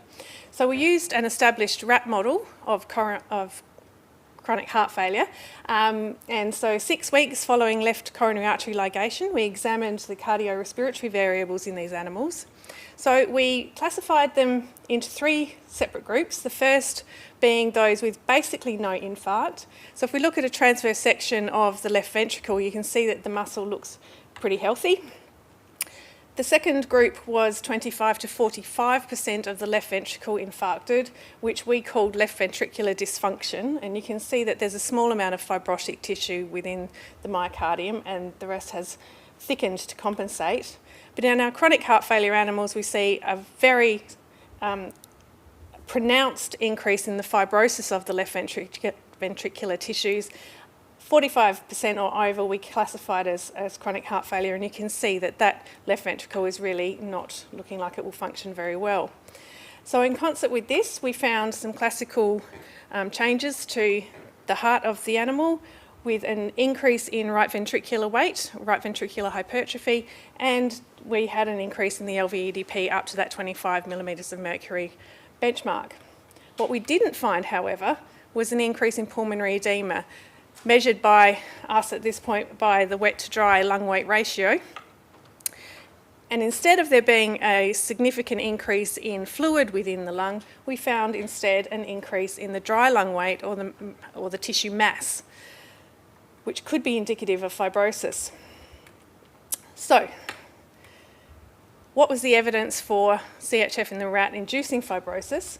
We found that there was a 62% increase in total lung insoluble protein in these animals in the lung, and this was also found to be a 32% increase in collagen as measured by hydroxyproline as a surrogate. We also found an increase in lung stiffness or a decrease in lung compliance, which was determined through pressure volume expiration curves, but only in the absence of surfactant. Now that is another whole story which unfortunately I don't have time to go into today, so we'll keep talking about the changes in relation to fibrosis. So we also found that CHF induced a very pronounced increase in lung cellular infiltrate. And this was again correlated with the dry lung weight increase and was found to be reliant upon an increase in the lymphocyte population as well as macrophages. But as you can see, it was by far mostly contributed to by an increase in macrophages, and this was confirmed by histology of lung cell smears. What we also found in concert with this was an increase in the cytokine monocyte chemoattractive peptide in the lavage fluid, which is washout of the lungs, and there was a small increase in the plasma, which certainly didn't come anywhere near statistically significant. But this indicated that there could be a chemotactic pathway by which the monocytes were infiltrating the lung and becoming macrophages. So what do lung macrophages do? We all know that their primary role is as the first line of defence in the innate immune system within the lung. They are also heavily involved in recycling of surfactant. Recent evidence, not so recent now, but it was recent back when we were beginning this work, identified that there's a number of different phenotypes of macrophages. They are not in any way all the same. They were creatively, by immunologists, designated as M1s and M2s, and they were seen to play divergent roles in the initiation and resolution of lung remodelling.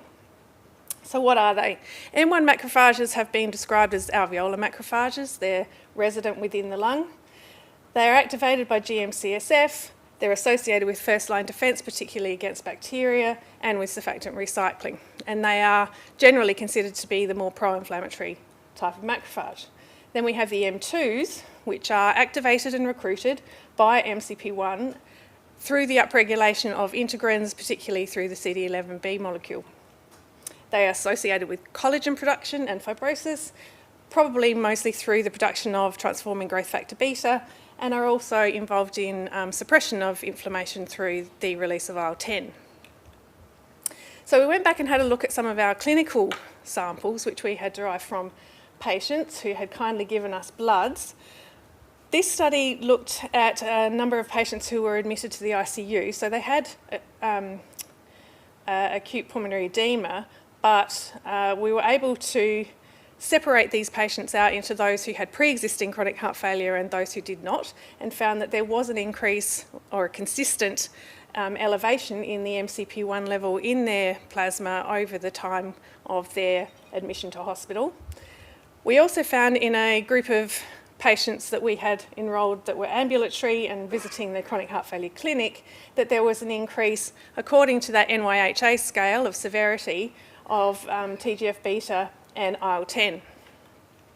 So I decided that it was probably a good idea to pursue this a little bit further and have a look at the MCP1 axis with its receptor CCR2 in chronic heart failure patients. I was very fortunate to have access to both plasma and matched bronchoalveolar lavage samples through another study. This was possible because these patients were ventilated, so they were either in here for cardiac surgery or they were in the ICU, and so we were able to get a bronchoalveolar lavage. And what we found, again, associated with NYHA increase in severity, was an increase in MCP1 in the plasma in these patients, and an increase pretty much across the board in all chronic heart failure patients with MCP1 in the bronchoalveolar lavage. These increases were correlated but what it should be noted, if I had a pointer, is the very clear distinction between the axes and the amount of MCP1 that was present in the plasma versus the amount that was in the lavage. And this is indicative of a chemotactic gradient of increasing MCP1 as you move the monocytes through the endothelium, epithelium, and into the alveolar space. So we then went on to have a look at the expression of CCR2 on the cell surface of the cells within these two niches. So the blood cells, we found an increase in CCR2 on the cell surface, but this was not statistically significant, this is probably because this was a whole blood sample as opposed to an isolated monocyte sample. And with the cells which were obtained from the bronchoalveolar lavage, we found that there was a decrease in CCR2. This may seem counterintuitive, but we have actually found in the literature that CCR2, after being expressed on the monocyte, travels into a tissue in response to MCP1 and then is lost as that monocyte differentiates into a macrophage. So this all made sense, which is great, and was confirmed with immunofluorescence. We can see that the number of red dots, which are indicative of CCR2 on the cell, is higher in the non-CHF example here than the chronic heart failure bronchoalveolar cells. So we then went on to try and confirm that these macrophages within the lung were M2s, and so we went looking for the TGM2 marker of M2 macrophage. Now, these are not very clear because working with bronchoalveolar lavage is not very easy. It's very lipid dense and has lots of mucus in it. But the brown dots, again, unfortunately, I don't have a pointer, the brown dots indicate the cells that are expressing TGM2. And we did find that the percentage of macrophages within the bronchoalveolar lavage that expressed TGM2 was higher in the chronic heart failure patients. Again, we found that there was an increase in MCP1 within the bronchoalveolar lavage itself, and this increased upwards from chronic heart failure to decompensated chronic heart failure. IL-10, however, while it increases in chronic heart failure, decreased a little in decompensation, which makes sense when you think about its role as an anti-inflammatory. TGF-beta, however, increases with increasing severity of disease, and this was also played out with the NYHA scale. So, in conclusion, this study provides a new mechanistic insight into the pathogenesis of chronic heart failure induced remodelling by demonstrating clinically the interaction of the MCP1-CCR2 axis in the recruitment of circulating monocytes, the activation of M2 macrophages within the lung, and the subsequent development of an environment conducive to inflammatory resolution and tissue restructure through increases in both TGF-beta and IL-10. So this has important implications for the role of MCP1 and CCR2 expressing cells in contributing to the pathophysiology in the development of the lung and fibrosis in chronic heart failure. So I'd just like to thank everybody from the Lung Lab, particularly those who did all the work, all of the postdocs and research assistants, but also very much Andrew Burston and Carmen Di Pasquale, who began work on this before I even arrived here and have been with me holding my hand the whole way. Also our external collaborators and of course our funding sources. So thank you.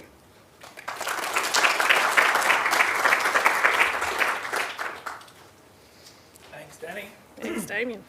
Good to know a little bit more about what is currently happening in the lab with the recent data. It's certainly built on a strong platform from a number of years ago, as you showed us. Yep. Have we got any questions? Peter, up the back first of all. Sorry, Claire, I'll get to you next. Thanks, Danny. That was really interesting. My question is about the model you used, and particularly the fact you didn't see any pulmonary edema in the animal. Does that suggest it's a different type of CHF than humans, or is there something about your preparation of the animal after you sacrifice it, or? What we believe is happening is a partially genetic diversity within animal strains, and so we do find that we use Sprague-Dawley rats. Overseas, I guess you can call them colleagues, they have sent us some tissue samples. They were using Wistars. They got significantly more fibrosis, but still no edema. If we change our model to an abdominal aortic constriction model, we get more edema. So I think the mechanism by which we're inducing the heart failure in these animals and the timing in which we're looking at them probably plays a big role. And my prediction would be that at some point, if we let the animals go, that compensatory restructure, which again, there's another whole story around bidirectional fluid flux, which I could have gone into, but I needed an hour to do the whole thing. If we kept those animals going for longer, my prediction would be that at some point that compensation would break down and they would end up with edema. So we got them at a very specific point in time of their development. Claire. Am I right in thinking that the TGF-beta you've measured is active TGF-beta? Yes. So, well, yes, mostly. So if you were to measure latent TGF-beta, there'll be more, obviously. But if you could inhibit activation of TGF-beta, do you think you would reduce some of those pro-fibrotic effects? Yes, I do. Whether that would be a good thing to do or not would be the question. Obviously, we all know as immunologists that cytokines have a certain level of redundancy and often something else will just take over, but also they have a lot of different functions. And so TGF-beta not only contributes to fibrosis, it also can act itself as a chemoattractant, and it can also function in the fluid flux. So while messing around with TGF-beta or even with MCP1 is probably the next port of call to try things within the animal model, it's going to be a matter of determining timing and dose of how much you'd want to play with that, because you never want to get rid of any of those things entirely, in my experience. So, yeah, but it's certainly a target. TGF-beta is expressed everywhere in the body, though, and by the majority of cells, so it's a very difficult one to pin down. One of the sites of activation of TGF-beta is on the IGF-2 receptor, which is abundantly expressed on macrophages. Yep. So there might be some local, crosstalk going on there. Yeah, absolutely. But whether you try and hit that prior to it developing into the M2 phenotype, or whether you do that once it has, and then and that's, as I said, it's all about the manipulation of that cytokine milieu and which ones you want and which ones you don't want, and trying to get that timing right. Because as I alluded to with Peter, we also found that there were some benefits to the fibrotic reinforcement of these lungs in helping to protect against the pulmonary edema formation, and so therefore getting it right so that you're not actually opening the lung up to more damage via edema is also a very touchy timing. One of the things, coming back to Peter's point about your model, was we all work with models and they all have their pros and cons, but at least you're able to go and look at clinical samples that are relevant, and it at least supports the notion of this MCP1 pathway in remodelling. But I guess the acid test would to be able to prove causality. Now, in rats you can't harness the advances in molecular genetics that are available in mice, but is there the capacity? Well, yeah, you can. It's very limited. There's a lot more transgenics now with the, playing around. But one approach that jumps out at me would be macrophage transplantation. Is it viable to take these M2 macrophages, or macrophages in general, from post your model and then transplant them into a healthy rat, and then see if it drives this sort of remodelling regardless, without the model being present, to test that causality? That would certainly be something that you could approach, but there are mechanisms by which you can alter the phenotypic percentages within any tissues, particularly within the lung, because you can administer things directly to them, and so you can target just M1s, just M2s. There's now M2 A, Bs and Cs. You can become quite specific. It's through different antibody treatments or different chemical treatments will actually alter the profile that's in there. So that might be an easier way of going about it. But there's no reason why you couldn't take those cells out and have a look at, even if it was in vitro to start with, or in an ex vivo lung model, which we also have, that you could introduce those cells and see what the effects might be in the secondary sort of pathway. Yep. All right, it's a fascinating piece of work for many of us like me that don't know much about the lung. Thanks very much, Danny. Thanks very much for that. Okay, let's see who we have next. Oh, sorry, did we have a question? Yeah. Yes. Thank you for that note. I should have remembered that. Okay. Our next speaker is Roland Deek. Katie Williams. Sorry, I'm reading off the wrong thing. Am I? That here. Sorry, Katie. It's okay. I'm just, the app doesn't have you. Okay, I will let Katie provide the time, otherwise I might be here all day. Thanks, Katie. That's okay.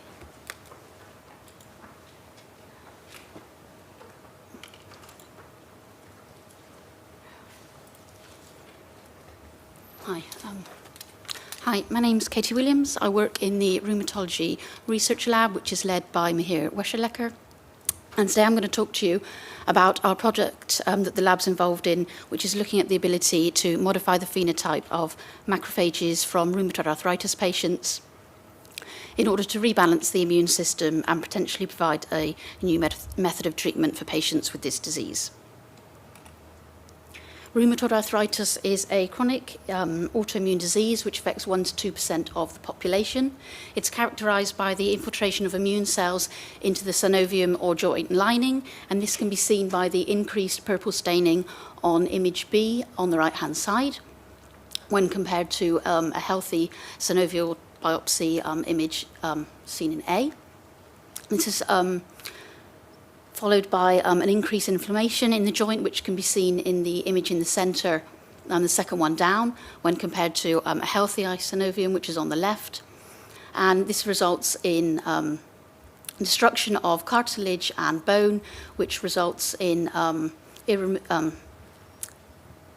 destruction, which is unable to be improved. Current treatments for rheumatoid arthritis include conventional DMARDs, such as hydroxychloroquine, methotrexate, and sulfasaline, or the administration of biological DMARDs. These aim to target infiltrating immune cells and the pathways that they're involved in, or factors that can be inflammatory, like TNF-alpha, that have been detected within the synovial joint. Despite the wide variety of drugs that are available to treat this disease, rates of sustained remission remain extremely low, only 13%. 1/3 of patients don't respond to treatment at all, and less than 50% of patients experience a functional improvement. As you can see from the graph on the right, these drugs are also very expensive, and they're currently, the cost of using them is increasing at an unsustainable rate. The work within our group focuses on developing new treatments and targeted treatment strategies for patients with arthritis based on the infiltrating immune cells within these patients and the pathways upon these cells that have become dysregulated within this disease. Some of the pathways that have been found to be dysregulated within these patients include the immune checkpoints. These are the gatekeepers of the immune response, and they determine whether responses to antigens that can be presented following infection or throughout diseases such as cancer or immunity induce stimulatory or inhibitory responses. Some of the inhibitory molecules that are known as immune checkpoints include CTLA4, PD-1, BTLA, TIGIT, or TIM3. For this project, which I'm discussing today, I'm going to talk to you about the PD-1, PD-L1 pathway. PD-1, when it binds to its ligands, which are B7 family members such as B7DC or B7H1, which are alternatively known as PD-L1 and 2, an inhibitory signal is normally initiated within a cell such as a T cell, and this can inhibit the proliferation of these cells and the release of inflammatory factors such as cytokines. Some of you might be familiar with this pathway because the administration of antibodies to PD-1 occur as successful treatments to cancer. In the context of cancer, tumour cells can normally upregulate molecules such as PD-L1, which will inhibit the killing of these cells by tissue cells that are found in the tissue microenvironment. In contrast to cancer, the opposite sort of mechanism is required in rheumatoid arthritis. And in collaboration with Janssen, our group has previously published some data showing that the gene expression of PD-1 is increased in synovial tissue in early RA patients. These are diagnosed, these are within 12 months of diagnosis, pre-treatment. And this marker is also expressed in established RA patients at later stages of disease when compared to healthy patients or osteoarthritis patients. In contrast to the increase in PD-1 that we find in these patients, we've detected a lack of PD-L1, which can be seen on this immunohistochemistry stain of a synovial tissue biopsy sample. And the increased brown staining demonstrates the infiltration of CD3 cells, which is indicating T cells, the expression of PD-1, but a lack of PD-L1. And we believe that in rheumatoid arthritis, T cells might be contributing to the disease pathogenesis that is seen. And manipulating this pathway might help to keep this disease in check. So our hypothesis is that the reversal of this dysregulated pathway, which is found within patients experiencing rheumatoid arthritis, might be achieved by the modification of T cell and macrophage interactions. This will hopefully lead to a reduction in inflammation within the synovium. Macrophages are antigen-presenting cells which commonly interact with T cells, and they can reside in peripheral tissues, or they can infiltrate from monocytes circulating in peripheral blood. Healthy monocytes express B7 family members, including PD-L1 and 2, and they can express other family members such as V6-4, which is also known as CRIG, and they can be involved in tissue homeostasis. In healthy individuals, the synovium consists of fibroblasts, which can be stained by red staining for CD55, or macrophages, which can be detected by positive staining to CD68. The infiltration of additional macrophages is a hallmark of rheumatoid arthritis, and these contribute to disease via direct cell-to-cell interactions and the release of inflammatory cytokines. So for this project, we are aiming to investigate whether synovial macrophages exhibit plasticity and whether we can modulate the expression of various molecules on their surface, which could provide a new method of treatment. In order to do this, we obtain synovial fluid from patients with arthritis or synovial tissue following arthroscopy or ultrasound-guided biopsies. These procedures are completed by Mahir. He's the only clinician in Australia to complete these, and he's currently doing this routinely as part of baseline treatment for patients before they're administered with drugs. And this forms part of the research of our group, which is developing targeted treatments and looking at what's happening in the joint before treatment begins. After we receive these samples, we disassociate tissue in the lab, culture the macrophages for 48 hours in the process of various factors, and then we've been assessing the expression of these molecules on their surface by flow cytometry. We also maintain paired samples of fluid and blood from the patients for future work and other markers of interest that we may want to look at. This image represents just our gating strategy for how we look at the macrophages. So we gate on myeloid cells, live cells, which are indicated by zombie-negative staining, single cells, and then CD45 positive, CD8 positive macrophages. And then we can look at the expression of individual molecules on the surface of these cells. This is a summary of our results so far. This work is ongoing and only been started recently. We've so far completed 6 samples and found that synovial fluid macrophages are susceptible to manipulation and modulation of their phenotype.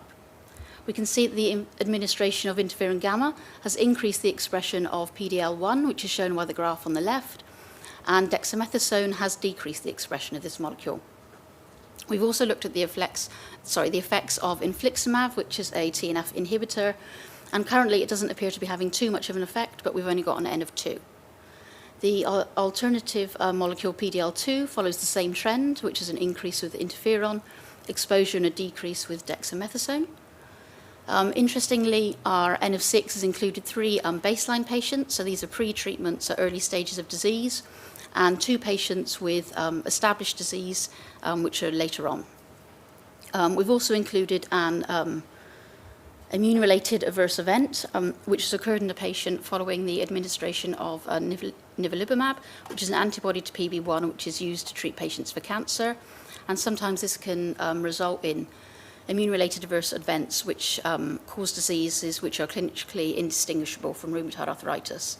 And we can see that we're able to modify the phenotype of all of these macrophages, and it doesn't matter which stage of disease or how the disease was induced. As well as looking at this one pathway, we've also looked at the expression of VSIG4, which is also known as CRIG. And despite the fact that it's again commonly known to be involved in homeostasis, it appears to exhibit a different pattern of expression. And following exposure to interferon gamma, this molecule decreases on the surface of cells. And in the presence of dexamethasone, this molecule can actually be increased. As well as the cells that are found in the fluid of synovial joints, we've also looked at the cells which have been isolated from the tissue, and they appear to follow the same trend. So an increase in expression with interferon and a decrease with dexamethasone. We can't really tell much about the expression of VSIG4. This work is currently only from an N of 1. Mihir's only got 1 clinic a month at the moment, so we're hoping to increase the number of samples over the next few months. And we'll expand this data set. Overall, our findings demonstrate the phenotypic plasticity of the synovial fluid macrophages and demonstrate that they are susceptible to phenotypic modulation. Future work will investigate the co-culture of these cells with T cells to see if we actually can inhibit the proliferation of T cells and the release of other inflammatory factors. And the increase in PD-L1 and 2 and differential expression of CRIG suggests that despite the fact that these are all involved in inhibition of responses or homeostasis, their exact roles might vary in different microenvironments. I'd just like to thank everybody involved in the project. This work is part of a larger collaborative grant which is funded by the NHMRC. Thank you.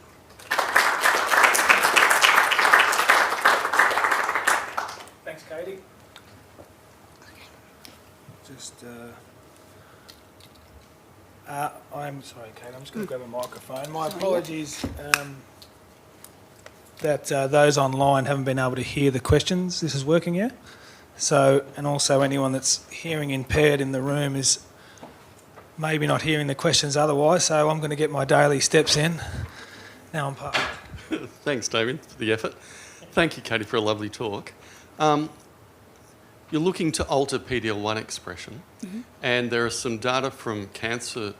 So, a lot of diabetics are taking metformin. Metformin seems to protect you against a variety of cancers. Everyone's trying to figure out why. One of the things they've found recently is that when you take metformin, you quite dramatically reduce PD-L1 expression. It alters the AMP kinase-induced folding in endoplasmic reticulum. It doesn't appear on the cell surface. So I guess my question is, metformin's a cheap and really easy drug. Might that be useful in this context? Might epidemiology help you? Can you tell if there's a difference in rheumatoid arthritis in diabetics taking metformin versus other diabetics? There are 600,000 Australians taking metformin. It's a pretty good data set. I think Mihir would like to answer. I'll let Mihir answer this one. Thank you. That's a really good question. So metformin is a really interesting drug because we actually did look at what metformin was doing in a proportion of patients, in diabetics in particular. I wasn't aware of metformin's effect on PD-L1, but metformin, among other things it does, also inhibits mTOR. And my hypothesis was that metformin, along with inhibiting mTOR, might have a beneficial effect in RA. So when we looked at data that was already published, we didn't find enough of an effect. But the problem there was that not many people were on metformin who also had RA. So I think this is a watch this space type of thing, but I do think it's a very interesting drug for long-term study. I think even more so because RA has a lot of insulin resistance, so it might go hand in hand with a study. So lupus has a trials in metformin with some benefit, so it's still an open space now. Cheers and yeah, thank you. Okay, have we got other questions from the audience. I'm not sure if we've got anything online. Darling. I was just wondering, you saw a lot of infiltration with CD3s in your tissues. I was just wondering if you've looked at T regulatory cells and what expression you have in there. So routinely, the lab is staining for CD3, CD68, CD55 on immunohistochemistry, which is completed by Helen, along with TNF and IL-6, I think. We're not routinely looking for infiltration of Tregs. We are looking to expand some of the cell types and the markers that we look at.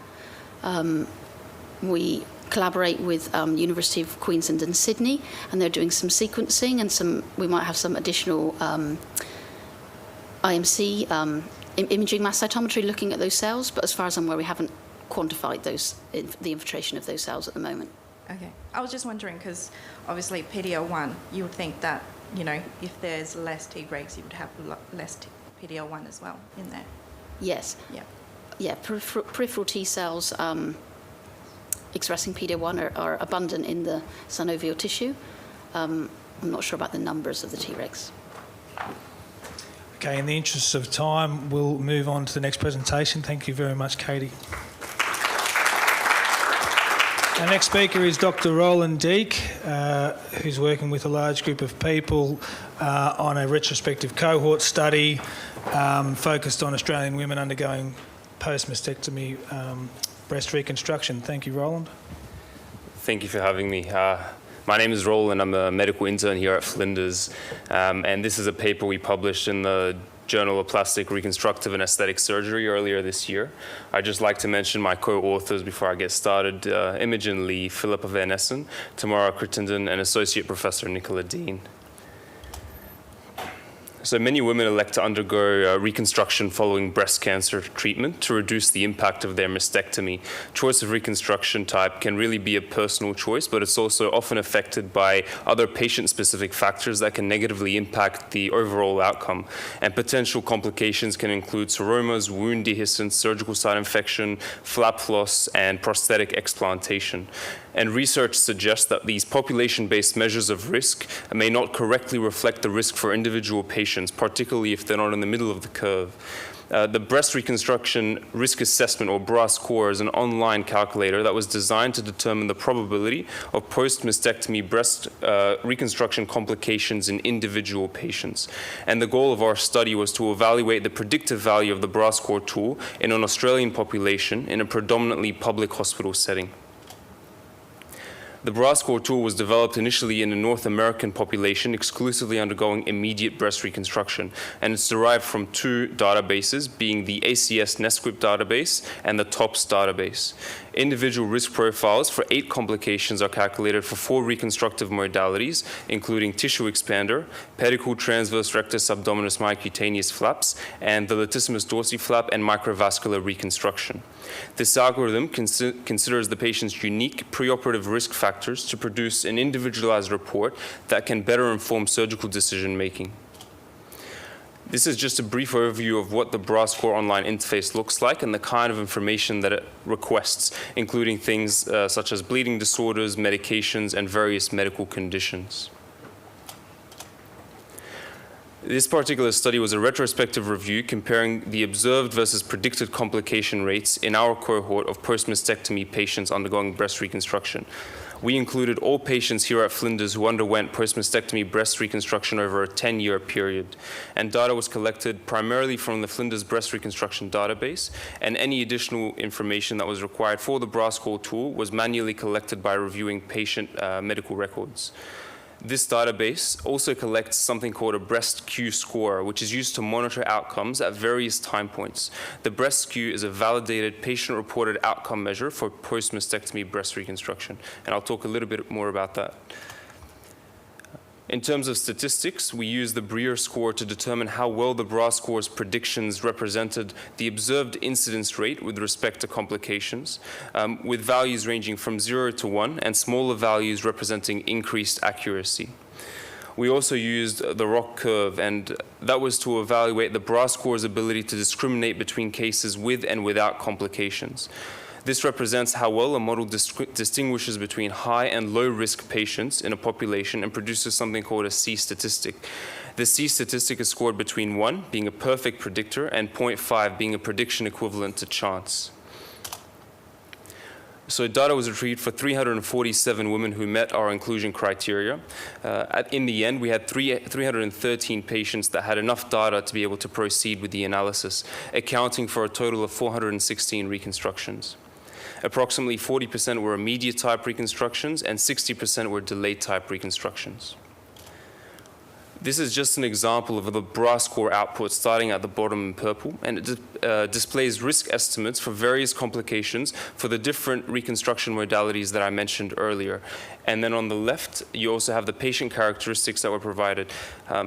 Above this is an example of the breast Q score that I mentioned earlier, and this shows 3 different time points, initially prior to the reconstruction, followed by 3 months post-operatively, and then a final reconstruction, which involves reconstruction of the nipple and the areola.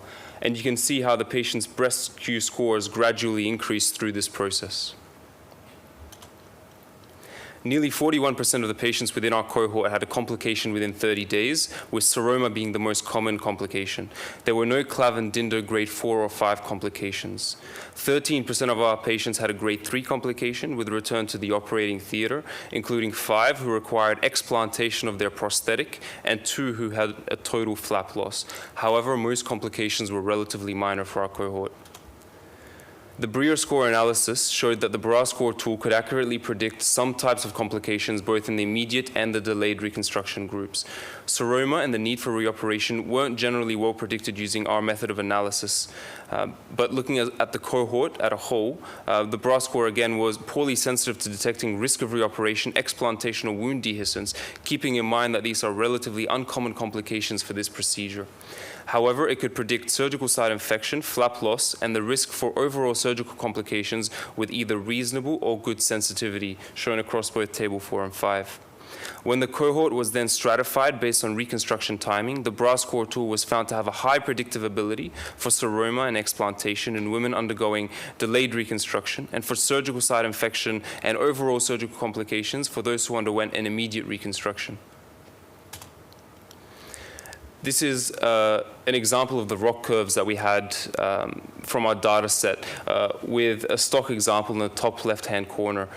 And from this, we're able to calculate the C statistic that I mentioned earlier through the KS non-parametric test. And we use this as a way of calculating the risk cutoff values for which the BRA score had the best performance in our population.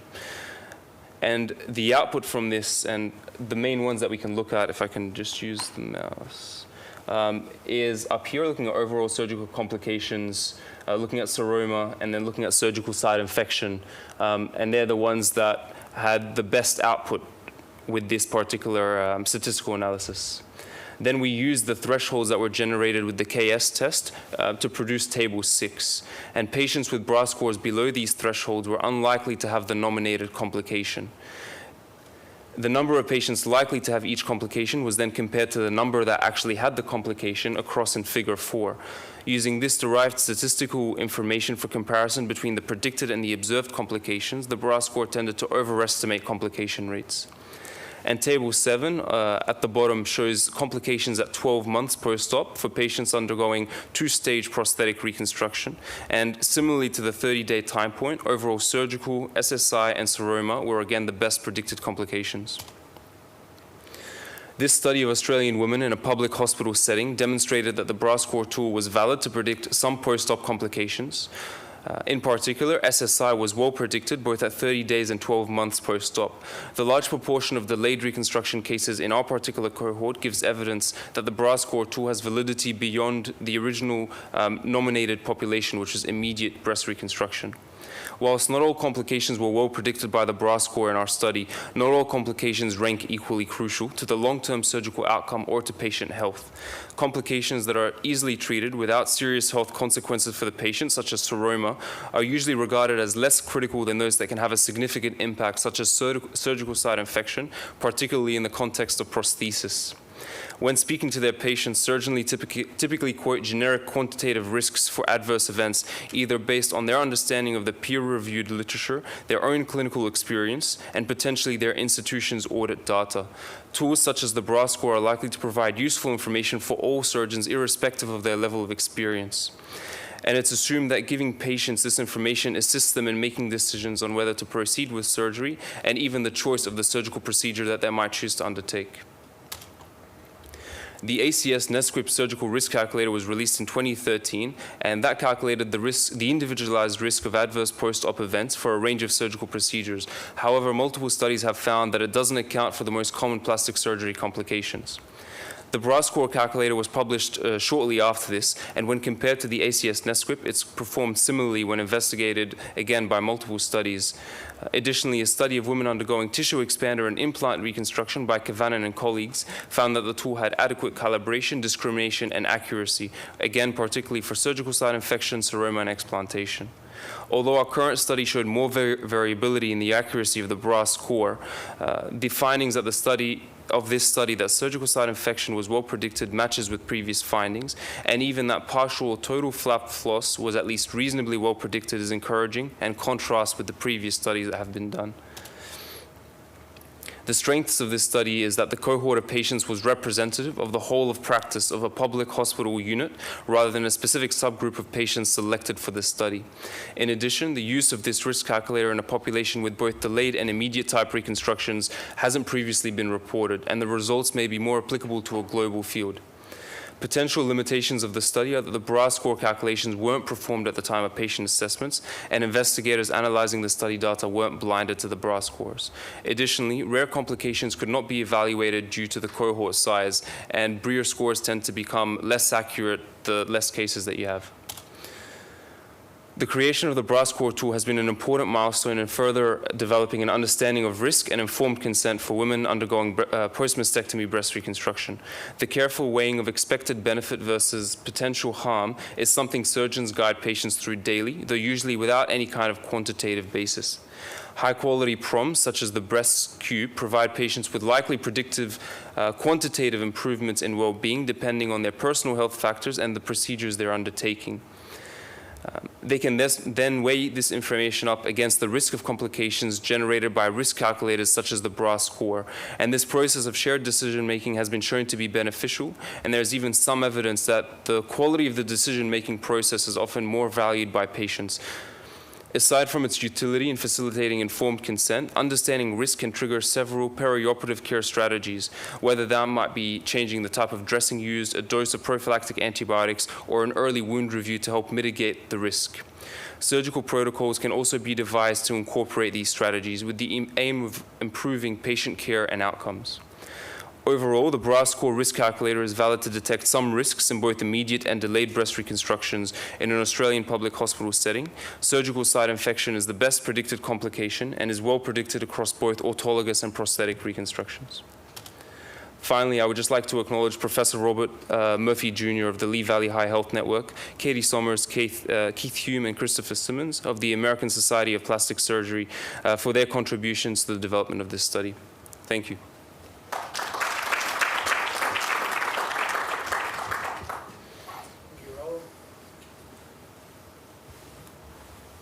Okay, do we have any questions in relation to this? One of the things that you touched on in one of your final slides was around cohort size.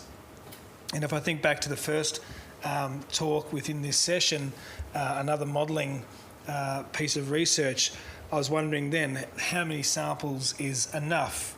And so you had about 350 or 400 samples here, and you get an overestimate from your model for some of the things that you're looking at. Mm-hmm. And of course you're working within the limitations of what's available in terms of data, but I imagine you would prefer to expand this type of study to include more data. How much would be enough?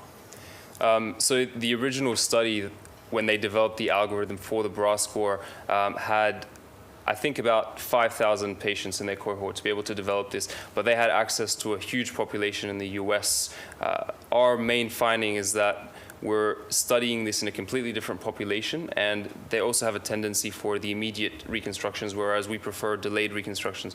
So I guess to be able to achieve the same results that they achieve, we probably need similar numbers, and that's quite unrealistic, at least in South Australia, given that we've gone back 10 years and we have limitations in terms of how much data we can access. But this is something we've been thinking about implementing as from here on, so that we can continue increasing our sample size if need be, but there's nothing concrete at the moment. Jonathan? So I understood this was a predictor of risk. How could you identify, or how could you modify technique, for example, to try and improve complications and improve results? So the nice thing about the BRAS score is that it gives you reconstructive options based on the patient characteristics. So if someone was potentially too high risk for a free flap reconstruction or a tram flap or whatever it may be, you may be able to convince the patient that they're better off with a different reconstructive type that has lower risks, particularly if they've been flagged as a high-risk patient. And often surgeons have the experience to be able to judge who is a high-risk patient, but I guess the BRAS score provides you with a quantitative means of measuring that and flagging those patients earlier on, and you're able to make those preoperative decisions quite early and hopefully reduce the rate of complications postoperatively in the long run. Okay, thank you, Roland. Thank you. Again, for sharing your work with us. Everyone can thank Roland. Our final speaker for this session, we're running on time, so I thank everyone for that. Our final speaker today is... which one? Right. Okay, that's why I was waiting. Associate Professor Rosalie Grivell and Professor Claire Roberts are going to talk about the SALHN 10,000 study, a multi-generational family cohort.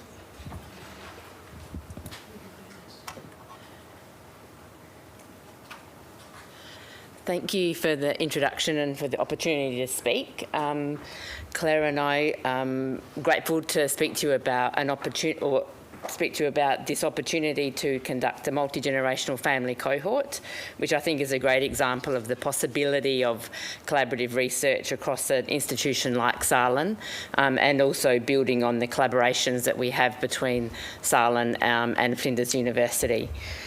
So Claire and I are going to both speak. I'll do the first bit and then Claire will take the rest of the discussion.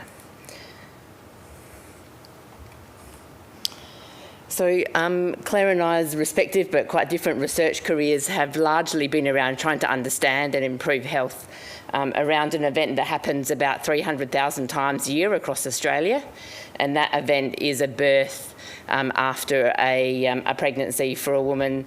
And this event happens, just for some context, there are about 20,000 births or thereabouts in South Australia every year, and about 3,500 at SALHN.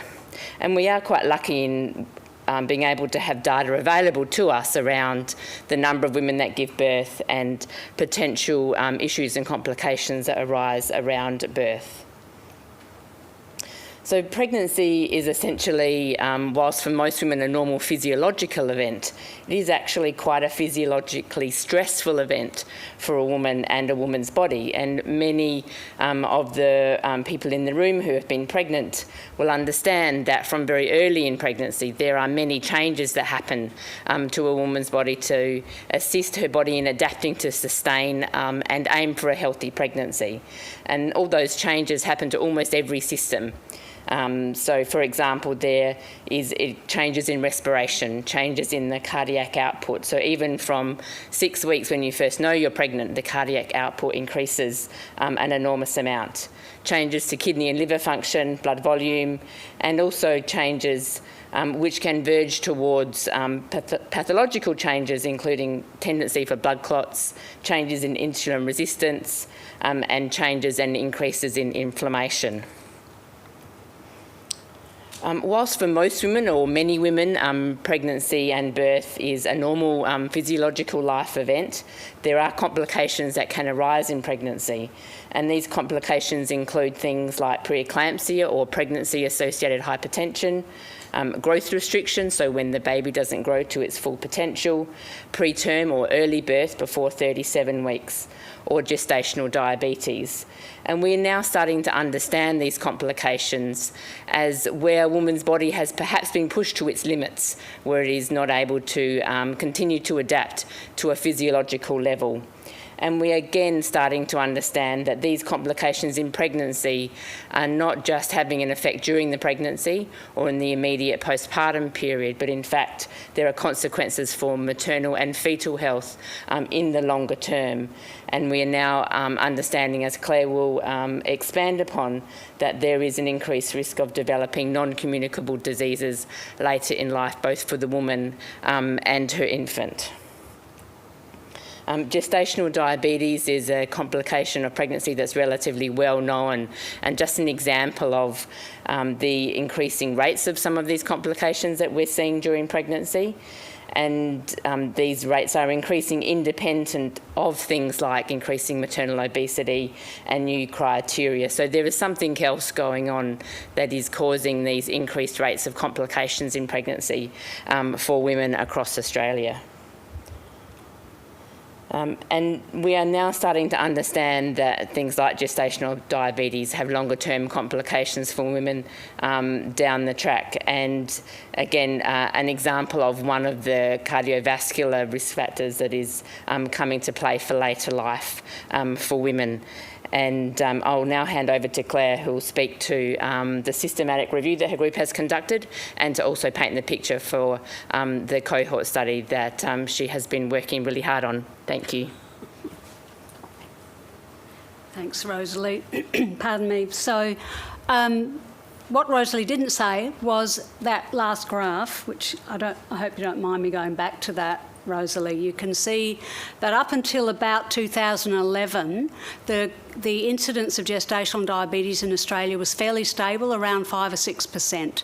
And then you can see after that time, it has just been going up and up and up, independent, as Rosalie suggested, of maternal obesity, which you can see in the grey curve is relatively stable over the last 10 years.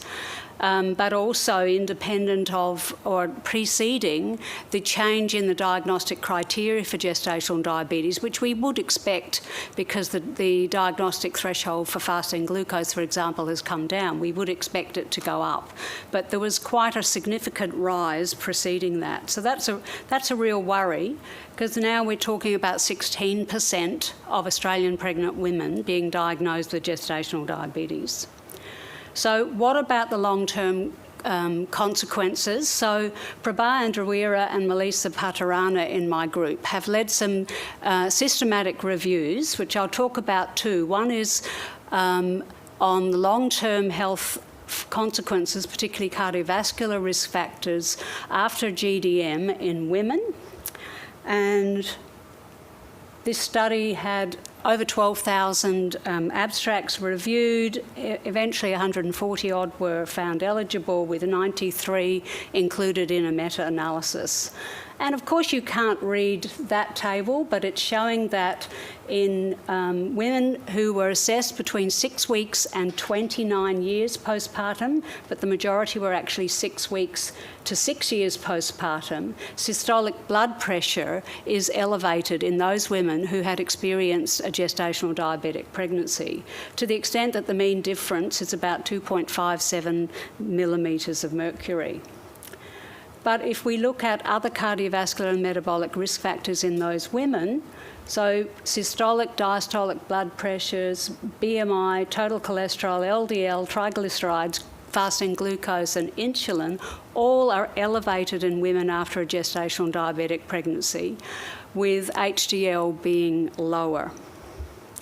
But what about the kids? So Melissa and Prabha have also done a systematic review on children who have been exposed to gestational diabetes in utero. Again, a large study with over 4,300 titles screened. 59 were eligible, with 25 included in the meta-analysis. And a number of factors are different in kids aged from 3 years to up to 15 or 16 years, including systolic blood pressure, which in those children exposed to gestational diabetes in utero, the blood pressure is 1.75 millimetres of mercury higher than those unexposed. Their BMI Z scores, you can see, are higher. That translates to a BMI of 1.06 units higher in GDM-exposed kids. And similarly, fasting glucose is over 0.4 millimoles of glucose higher in children who are exposed to gestational diabetes. So this is just one example. We can show you very similar data for other pregnancy complications, for preeclampsia particularly. Even women who deliver preterm and women who deliver a small for gestational age infant are at higher risk of having chronic disease. Now, that sounds like bad news, but to me that's good news, because what we're doing is we can identify women at risk and therefore we can implement early intervention. These are young women we're talking about. They're of reproductive age who are having this event that foreshadows their future health. So that's an opportunity. So also it may be that there are shared risk factors between women who have reproductive disorders, including pregnancy complications, with cardiovascular and metabolic disease. Can we reflect back on the woman's parents?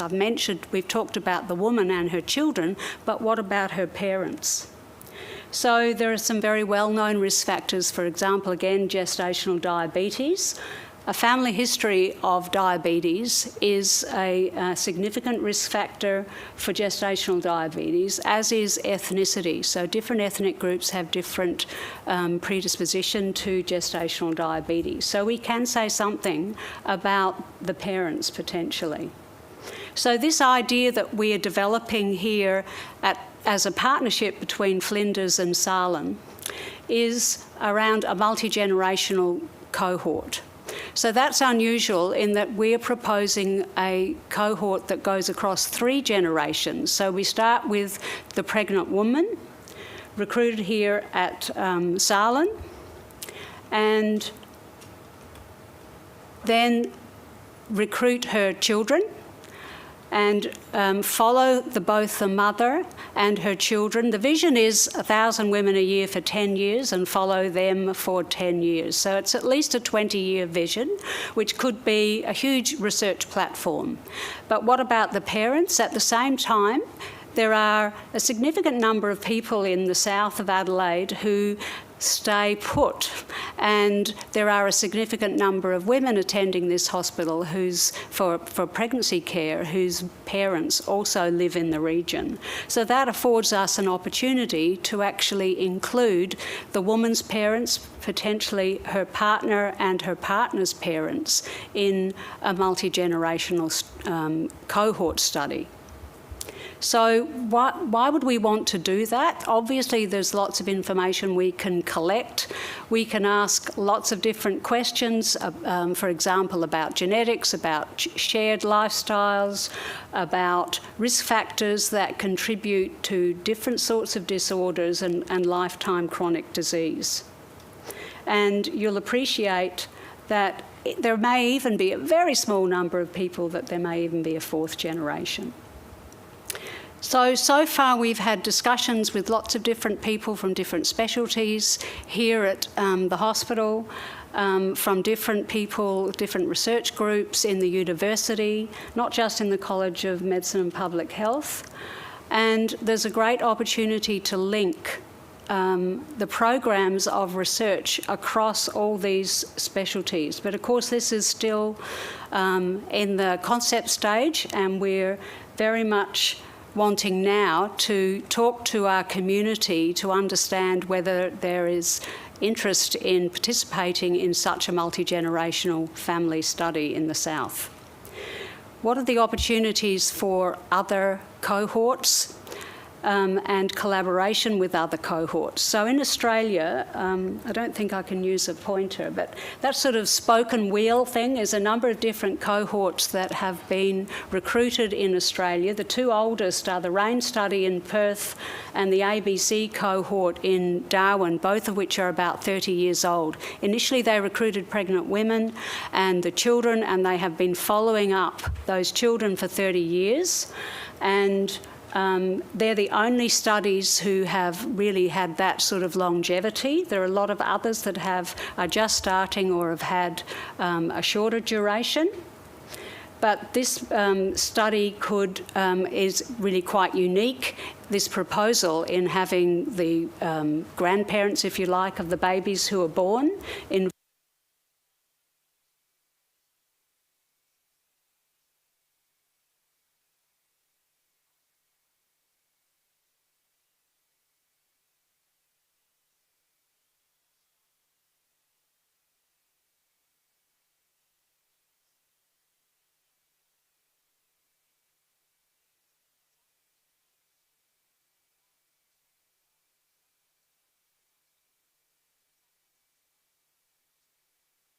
really yield the sort of information that we might if we start now.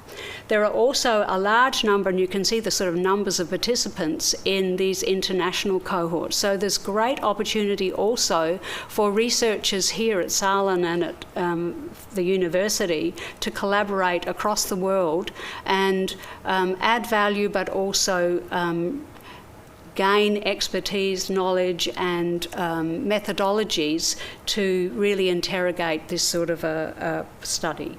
So I want to end there and just say I'd love to talk to any of you who would want to be involved. I'm welcoming any ideas for the sorts of, for a sort of a priority setting. We could have a workshop where we identify what are the big questions that right now we would want to ask on such a story, and what are those, such a cohort, sorry, and what are those that we might want to ask in the future. But it's potentially a research platform for the hospital that can address all four of these fields of inquiry.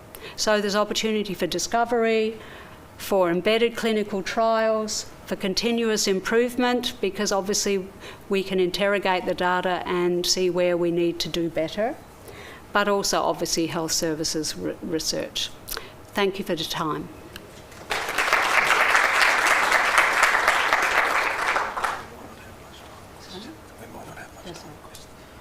Thank you, Claire and Rosalie. As you can see, that's a huge collaborative opportunity that we have in front of us. If you are interested in talking to either Rosalie or Claire, by all means, chase them up after this session or get in touch with them. I'm going to have to not take questions for this talk, I'm afraid. I do apologise, but we have a poster presentation session with afternoon tea up here in the foyer now, and then we have another session involving early career researchers that is being supported by the Flinders Foundation, that is also going to be here after that. And I would invite you to join us for both of those sessions now. Thank you, and thank you for a very fascinating session of talks.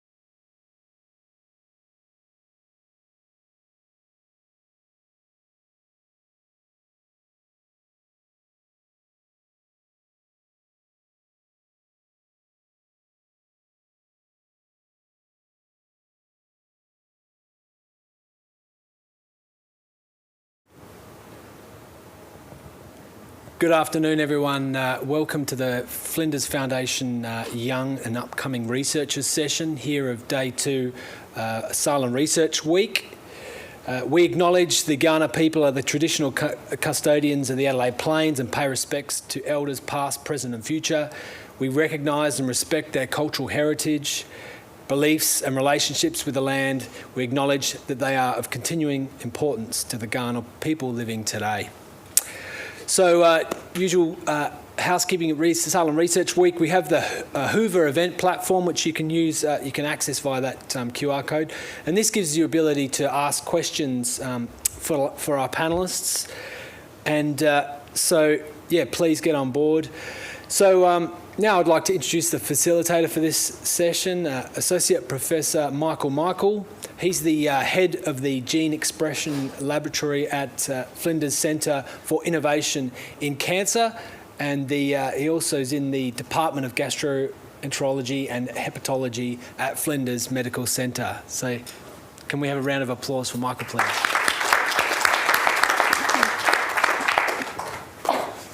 Thank you very much, Simon. Yes, so I'm actually a hospital medical scientist. I think that has some meaning in this context. I also oversee the cancer research for FIMRI, and importantly, in the context of this session, I'm the chair of the research committee for Flinders Foundation, and that's pretty exciting for me because it's a really wonderful way to feed our research back to the people who support our research, which is our community and community response.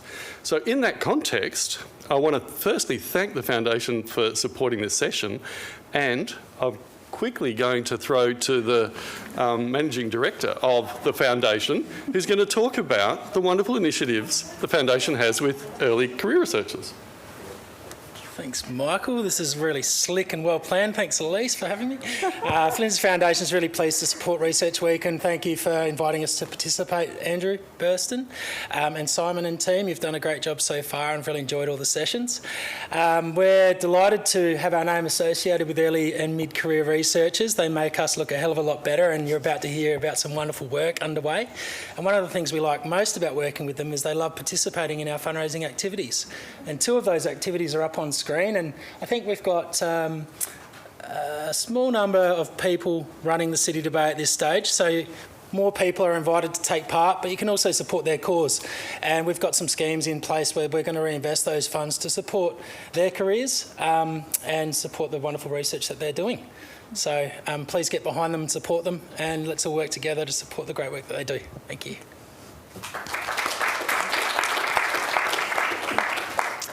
Thank you, Ross. Okay, so it's my great pleasure to introduce this wonderful panel of early career researchers that we've assembled today.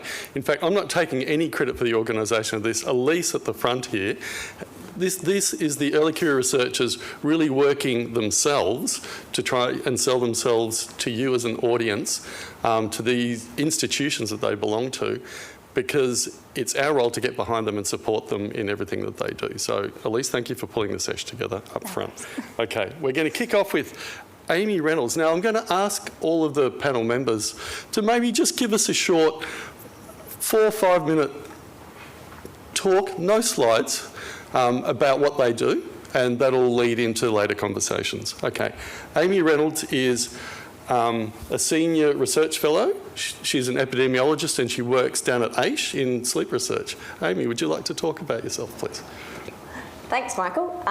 Didn't get told I was going to be first, but thanks, Elise. I'll hopefully do you justice. So, look, whenever we're asked to talk about where we've come from and how we got here, I always start by being honest and saying I fell into sleep and I fell into research, and I stayed because I loved it. So, my undergraduate is in psychology, and I was going through psychology back in a time where there were kind of grandfathered positions where you could enrol in a master's in specialisation for clinical psychology right back from day one of your undergraduate. And they've fortunately removed that, because I'm not sure it's a great idea to commit to something like a clinical psychology master's when you're a fresh-faced 16-year-old. But I was sure that I was going to be a clinical psychologist, and getting through my research project in honours was a means to that end. And along the way, I had 2 incredible supervisors through which I fell in love with research. And so having got to the end of my honours year and having been offered clinical psych places at 2 unis and a PhD scholarship, I took the PhD. And from that point, I did my PhD in human sleep laboratories. So quite simply, we put people in a sleep lab, deprived them of sleep and watched what happened. In my case, we did some of the first research looking at what happens to 24-hour blood glucose levels when people have a chronically restricted week. So they had 4 hours of sleep a night for 5 nights, and we watched what happened to their glucose levels overnight amongst a range of other physiological measures. I also got a taste for epidemiology during my PhD and looked at what happened to testosterone levels in shift workers. So my primary interest is now, since finishing my PhD in 2015, is looking at what happens to shift workers in all ways, shapes and forms with their mental and physical health.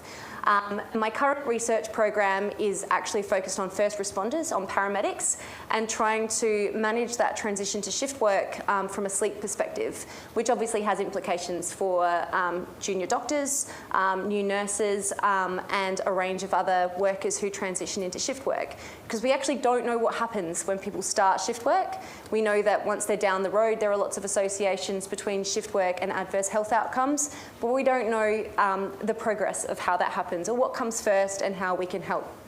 So the other thing I always like to point out as well is that I am entirely un-Category 1 funded. I have spent my whole career working very closely with industry and solving problems for industry, everything from fatigue in the mining industry all the way through to some more locally funded projects to look at how we can practically improve health and well-being in shift workers. So I am very fortunate to work with a range of students, including current paramedics, researchers from nursing, particularly oncology backgrounds, looking at how we can understand the shift work, sleep and health relationship better and how we can actually make positive changes for those workers on the ground, which I think is pretty exciting. So thanks for having me. Fantastic, Amy. Thank you. And it's wonderful. So you can see there's a relevance to what Amy's studying with a lot of the people who are working around this campus who are doing a lot of shift work. So knock on all their doors, please, Amy. All right. Next, Dr. Adelaide Gasisu. I hope I pronounced that okay. Yeah? Fantastic. Yeah. Now, Adelade's one of our stars. He was successful last year, I believe, with his NHMRC Investigator Fellowship. Is that right? And they are so incredibly hard to get. So well done, Adelaide. You're in the big league now. And he works in social determinants of health. He's a research fellow in the public health here with Infirmary, right? Yes. I'll let you talk about yourself. Go. Thank you very much. Thanks for the opportunity. Yeah. Well, before I joined my PhD, I used to work as in an HIV clinic as a clinician. So it's actually that time that I have interest in HIV research. And then in 2015, I came to Flinders to start my PhD with 2 incredible supervisors, Paul Ward and Lillian Monry. And my PhD was on HIV care in Ethiopia. I'm from Ethiopia, by the way. And yeah, I finished my PhD in 2019. I think the main focus of my PhD was why people get tested to HIV late. And even though the treatment for HIV in Ethiopia is for free, and people know that they are HIV positive, but there are a number of people who didn't take the treatment. So I wanted to know why they didn't take the treatment, even though the treatment is for free. And even some of them, like, they start the treatment, they know that the treatment is for free, but they didn't take the treatment for lifelong, because, as most of you know, like, HIV treatment is taken lifelong. So I just tried to explore, the factors on the entire HIV care program, on the testing, on the linkage, as well as also on the retention of HIV program. So I explored this, completed my PhD on April 2019, and got my NHMRC and started as NHMRC investigator, a research fellow in the discipline of public health, still closely working with my with my supervisors. And my area of project in this NHMRC investigator grant is actually the extension of my PhD. So one of my findings in my PhD study was the importance of community health workers in this HIV care. So it was like come as a solution to use community health workers in this entire HIV care program, both in the testing, in helping positively diagnosed patients to start the treatment, and in also maintaining or in the adherence to HIV treatments. So in this investigator grant, I just want to see the impact of these community health workers in the entire HIV program. So yes, it's a five years project. I'm now on, well, this year it is supposed to, I should go to field work, but because of what's happening back home, it's on hold now.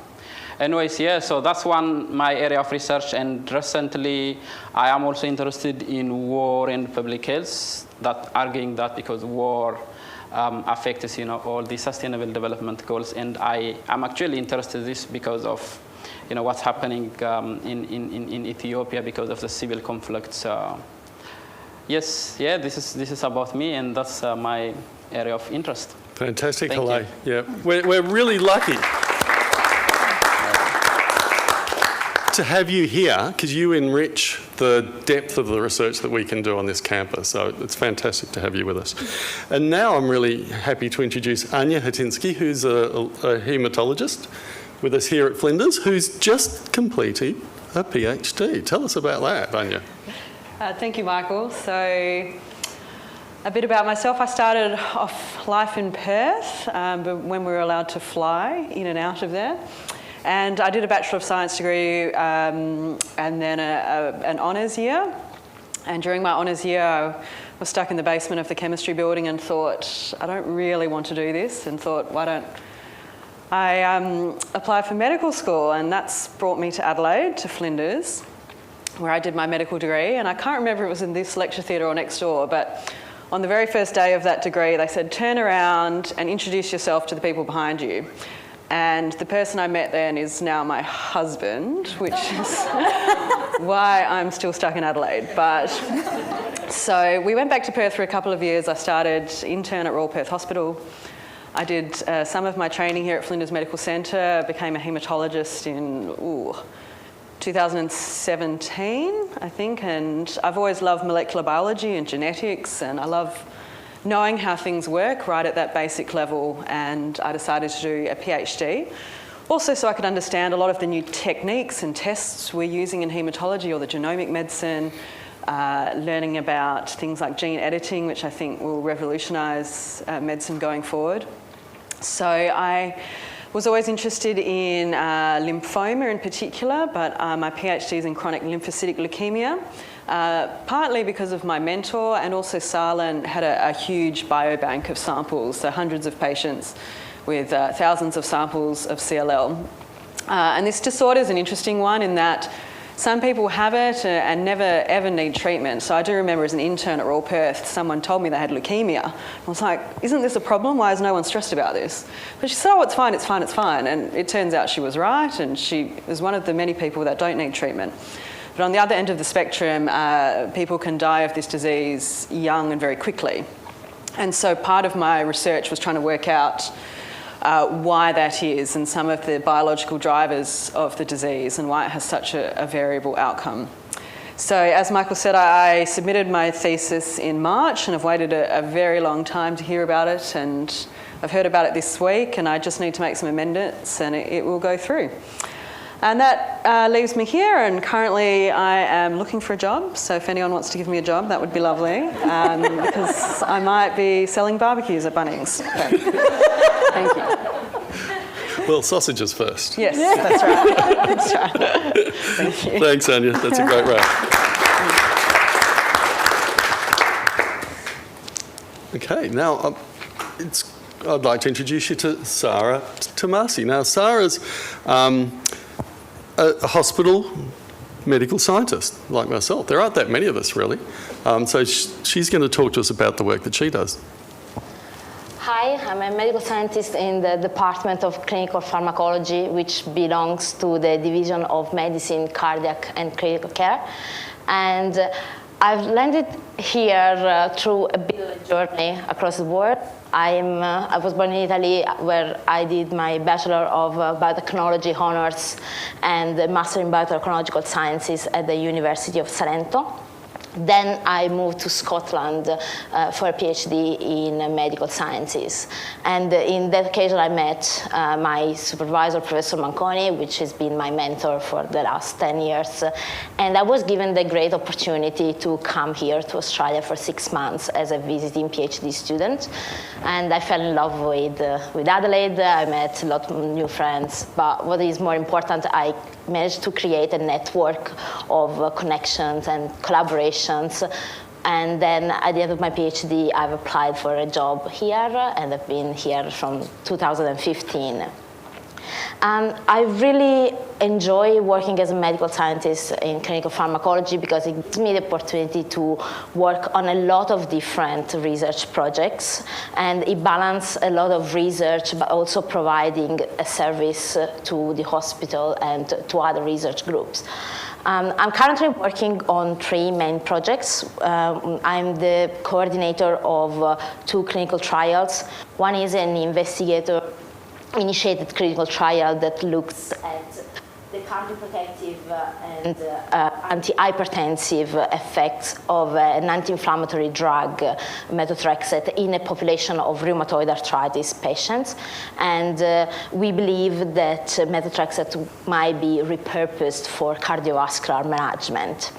And another project that I'm coordinating looks at the relationship between mental health and pain in psoriatic arthritis patients, because we know that, of course, chronic pain leads to, affects mental health, but it's interesting to see how the process works the other way, how mental health upset also perception of pain. And I'm also extremely interested into drug discovery and development, and I'm continuing my PhD project, which consisted in synthesizing small molecule inhibitor of an enzyme involved in the nitric oxide pathway and inflammatory reactions. And we are now validating these molecules as potential new treatments for aberrant neovascularization, particularly in a cancer context.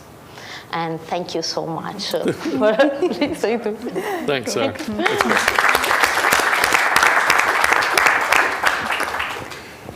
And now David Smolillo. He's spends time both in the theatres here at Flinders Private, but also spends a lot of time in a neurolab. Do you want to tell us about why you're here with us today? Sure. Thanks, Michael. So I'm David. Thanks for inviting me to come and have a chat. So, I am a bit of an accidental researcher, I think. I've always wanted to do medicine and surgery specifically, so I did my medical degree at Flinders. Prior to that, I did medical science, and I did a little research project during that in Canberra, looking at plant molecular biology, and that sort of sparked my interest in the scientific method and what actually happens in the lab, which I think most people don't appreciate. And I think that little seed has sort of germinated throughout my sort of medical training. So I did a PhD about halfway through my surgical training, and I enjoyed it so much I decided not to continue with that and rather do research part-time and do some, it's called private assisting as well, so help at operations in the private system with other surgeons. And that seems to work well for me. It's a nice balance of lifestyle, interests, and obviously my sort of pursuit of the enjoyment of the scientific method. And so currently I work in the same lab that I got my PhD in, which I completed this year. It's the Visceral Neurophysiology Lab with Nick Spencer. So essentially we just try and figure out how the nervous system of the gut functions, its structure and its function, in order to make our gut work and essentially actually make most of our body work. There's a very close connection between gut, mind, and the rest of the body, actually. So it's quite fascinating. It's very much basic science at the moment, but also with a view to figuring out ways of modifying this physiology with potential therapeutic applications in a clinical field. So that's what I do at the moment. Yeah. Fantastic. Thank you, Dave. Thank you very much. And so while we're mired guts and gut physiology, I'd like to introduce you to Elise Martin. Now, Elise is an early career researcher within FIMRI. She had been working very closely with Damien Keating. But now she's setting herself up to be an independent researcher by virtue of her recent, like last week, was it, or the week before, award, her DECRA award. So that's a Distinguished Early Career Research Fellow Award from the Australian Research Council. Well done. Thank you. So tell us about yourself, Elise. So my, I guess, career trajectory has been really quite linear. Not boring, but very, very, straight. So I always knew I wanted to do research, even from high school. I love biology. I love the idea of doing medical research. So, of course, I picked up a medical science degree, undergraduate at Flinders. And I actually majored in medicinal chemistry because I love the idea of designing therapeutics to treat disease. I love the idea of pursuing health research. So initially that's where I wanted to take it.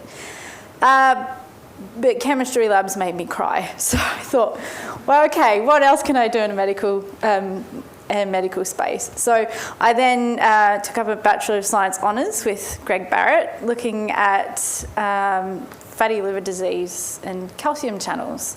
And that's where my interest in the whole obesity and diabetes research really started to flourish. It was that time I actually met Damien, my PhD supervisor, who had this amazing project on looking at gut serotonin. And it was really in that he sold me the project. Brilliant salesman. And so I decided to do a PhD with Damien, and I absolutely fell in love with the gut. It's an incredible organ. It does so much more than just help us digest and absorb our nutrients. One of the things I'm particularly interested in and that I'm driving now is the gut is the source of almost all of our serotonin in the body. And it has these specialised, what we call enteroendocrine cells that make this serotonin, which does a whole host of different things. So serotonin helps our blood clot. It is involved in fat accumulation, regulating our blood glucose levels, sexual function, the list is huge. But in terms of understanding how the cells work that make this serotonin, there's really not a lot known about them. So my PhD project was to try and understand at a functional biology level, how do these cells even work? And so the tricky thing is these cells are scattered throughout the gut. You can't just look at them in a single, just take a piece of gut and just see at a functional level how they work. What I had to do for my PhD was isolate them as a pure culture, which allowed me to really try and interrogate how they work. So I'm obviously really interested in the fundamental biology and fundamental science aspects of research. And I love understanding how serotonin in particular can be released in response to the really unique environment of the gut, and particularly at called a spatiotemporal level. So how the environment changes along the length of our gut. So in the stomach, it's very different to our large intestine. And how these cells actually sense that environment is very different. With my new DECRA, what I'm really trying to pursue is trying to look at how bacteria within our gut can signal to cells that make serotonin impact particularly our obesity or our fat accumulation and blood glucose levels. And I'm hoping that I can try and understand how this drives diabetes and obesity progression. My other hat on top of all of that is I'm also the early and mid-career academic representative. So with that, or co-chair.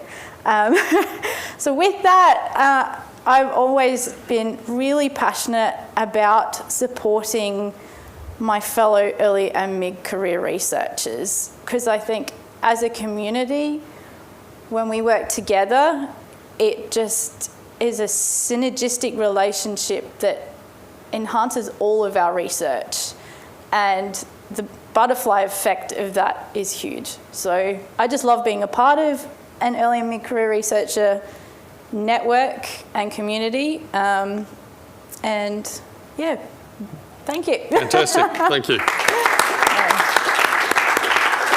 Thanks, Elise.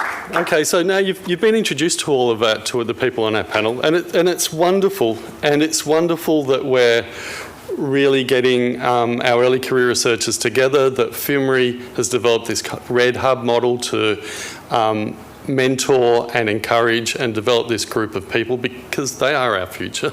Everyone says it, but these are the future researchers. When you get to my age, it's all about developing these people, and I think Damien would say the same thing, right? Yeah. So, and it's also about developing culture, and everyone will tell you that if you really need cultural changes in a place, the place to build that cultural change is in the early career researchers, because the old people are kind of set in their ways. So it's wonderful to see these folk self-assembling and self-supporting, which is terrific.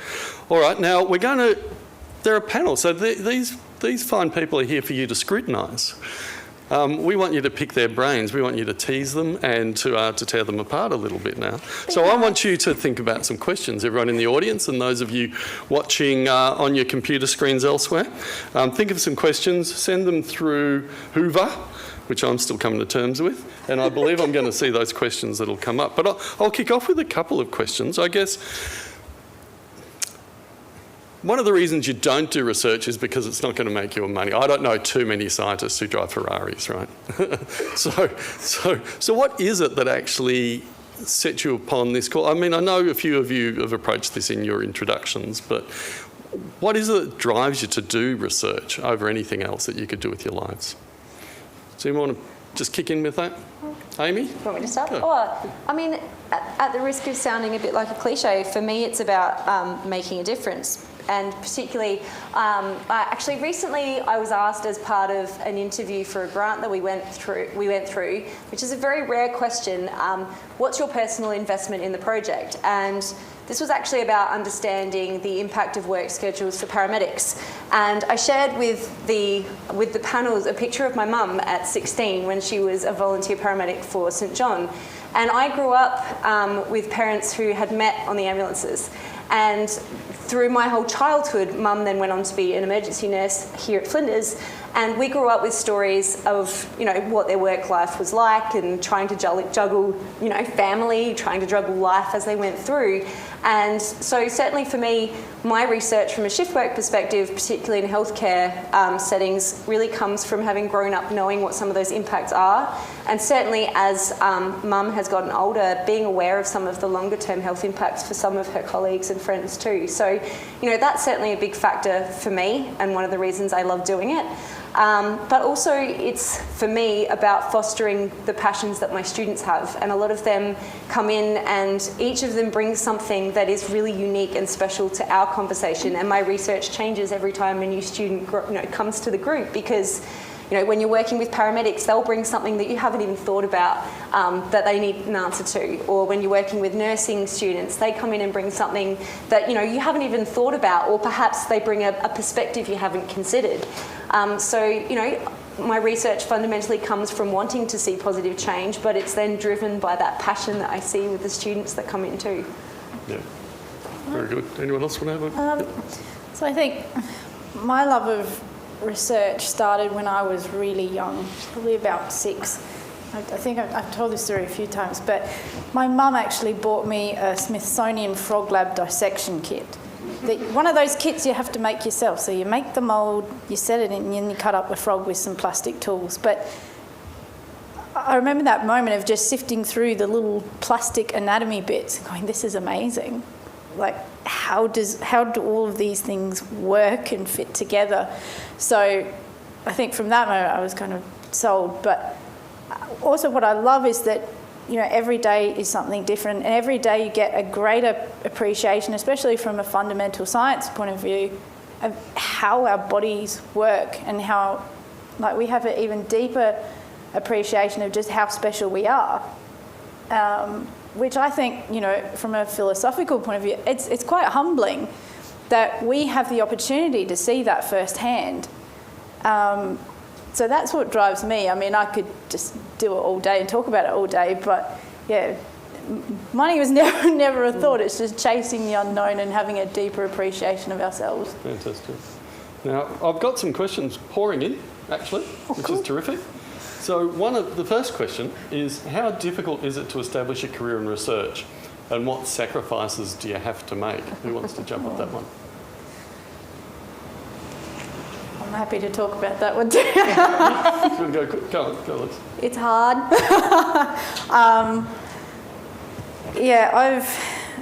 In terms of sacrifices, I mean, I finished my PhD in 2018, so that I was conferred in 2018, and yeah, I think for me personally, the sacrifices I've made are time with family and friends, because I've just been so invested in trying to get my career to a point where, you know, I can now get my own funding and pursue my goal of starting my own research team. So a big one is also financial. So to do a PhD, it's not a lot of money.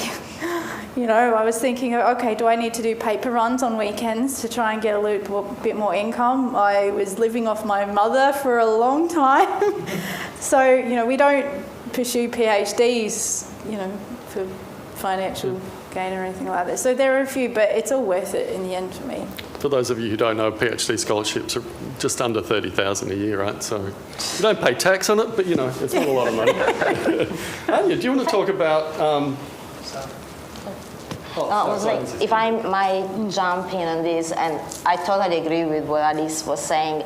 I personally, to pursue this career, I had to leave the country I was born in. I left all my family, all my friends, all the certainties that I had.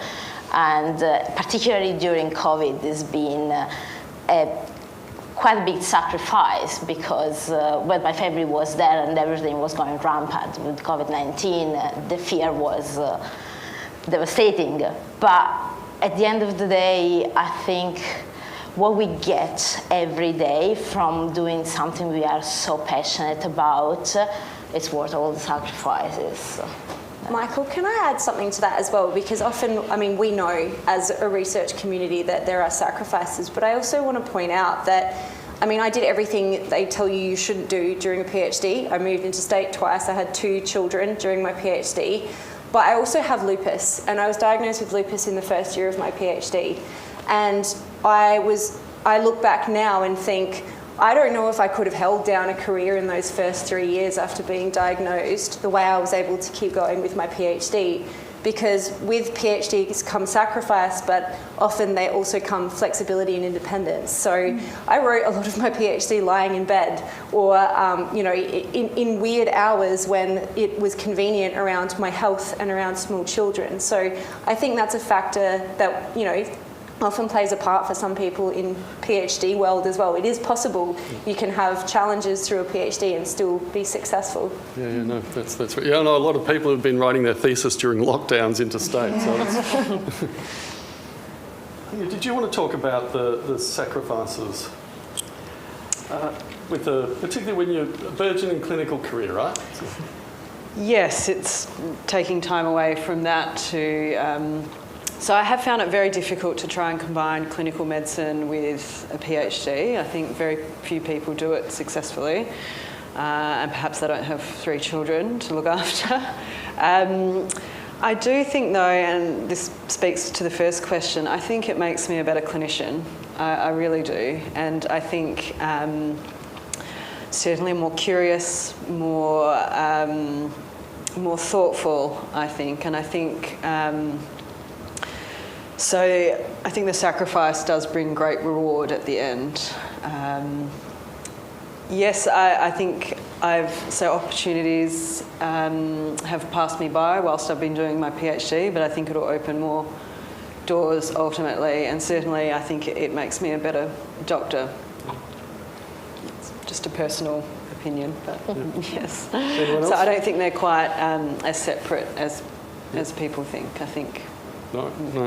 Some of the best people that I have in the lab are actually surgeons who come in and have never held a pipette in their life, and just watching the change in mindset actually is fantastic, and you can tell that people start to think differently. Not better, not worse, just differently, and sometimes that's all you need, right? Yeah. Yes. So anyone else there? So I'd like to ask you, I've got a few more questions here, but I'm going to hold them for a second. One of them actually, Elise, is, did Damien Keating insist on being mentioned by Elise in the talk? We'll let that fly, will we? He's still paying me. Okay, I want to ask, can you tell us, what is your best research moment? What really sparked you? Anyone? Well, I think obviously when I got my NHMRC investigator grant, so that was the best moment, because it's like the kind of game changing for me, because I'm gonna stay here for 5 years, and most importantly, I'm going to work with the supervisors whom I really love them, whom they are very, very supportive, and it's also going to open like a number of opportunities other than that. So I think for me, the moment I got my NHMRC investigator grant was unforgettable. This is in the Southgate Institute, right? Yes, in the Southgate Institute. Fantastic. Public health, yeah. So anyone else? Did anyone have, a fantastic light bulb moment in the shower? That's where I get my ideas. In the shower, and all of a sudden, bang, this is what should happen. What do you think? I don't know if I would call it my best research moment, definitely not, but I think it's quite interesting. One of the best things that happened to me as a researcher was being rejected for a PhD scholarship for another project. Like I applied for a competitive PhD in Scotland, and after, despite high grades and after a long round of interviews, I just wasn't the right fit for that. But people on the panel noticed me, and they encouraged me to apply for another project, which then became my PhD project. So that failure, in a way, led the way and showed me the right path for me. And we have a saying in Italy that is, when a door closes, there is a gate opening somewhere else. And that was happened to me. The door that shut showed me what the future would have been. Yep.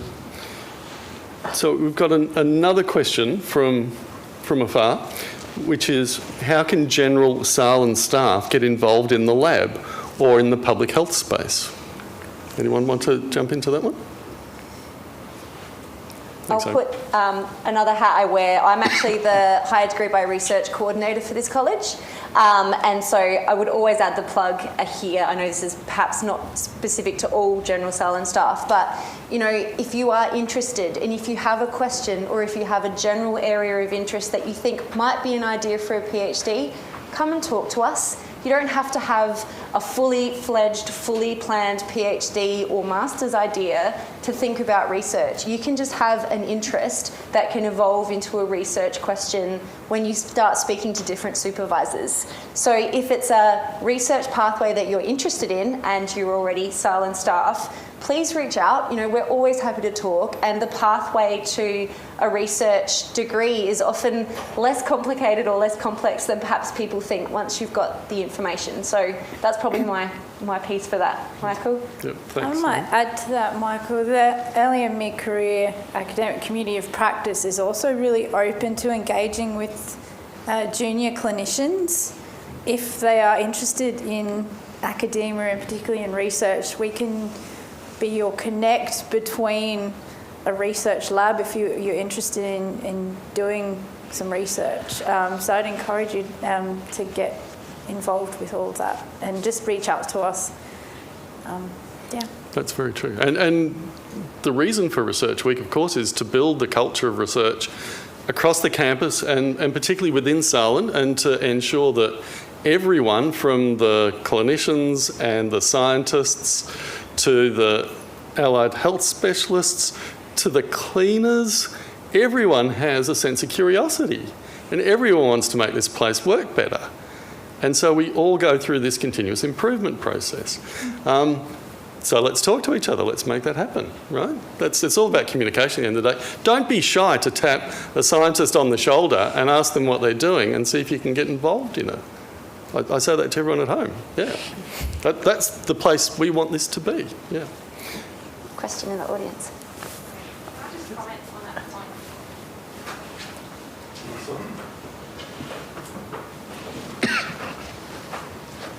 I'm just going to add a comment on that point. Is that I'm a numbers geek. I work in research, but if you're a clinician and there is something that annoys you, something that you notice that there's a gap, or something that your patients comment on that you know you're not addressing as well as you'd like to, there will be people around who will be interested in helping you with that. So there's a biostats and epidemiology unit, there's a public health unit, there's lots of other, there's a clinical trials data science group. There are people around, and if you find the right connections, there'll be people who are keen to help. Yeah. Absolutely. Well said.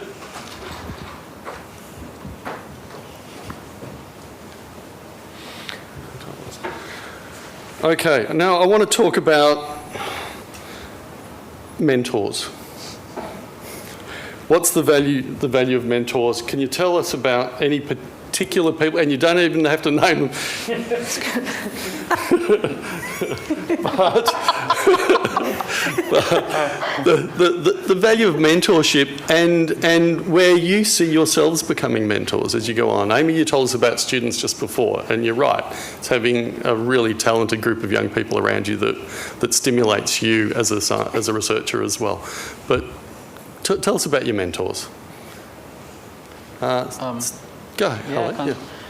I think it's really valuable because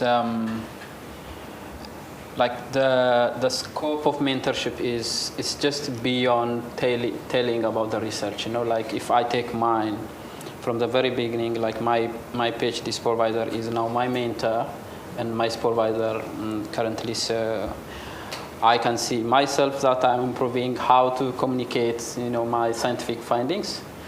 I can see myself that I'm improving not only on the research side, but also on the teaching side. So, he encourages me to do both kind of balance teaching and the research. And I can see, my mentor's experience on how I can, start supervising new PhD students. So it's like multi-dimensional, and I can see the value of mentor is very, very crucial, and I encourage everyone to have a mentor.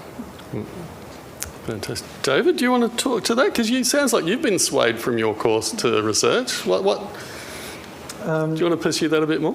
Yeah, I think having mentors is extremely important. It's becoming a scientist, sort of like an apprenticeship. You really can't just pick it up. You have to have somebody that shows you how to do it, encourages you, and points the sort of the right way, I guess. And so that's similar to like any sort of field of pursuit in life. Whether it's in clinical medicine or in science, you have to find somebody that you look up to, and will take you under their wing and show you how to do it, and show you how not to do it.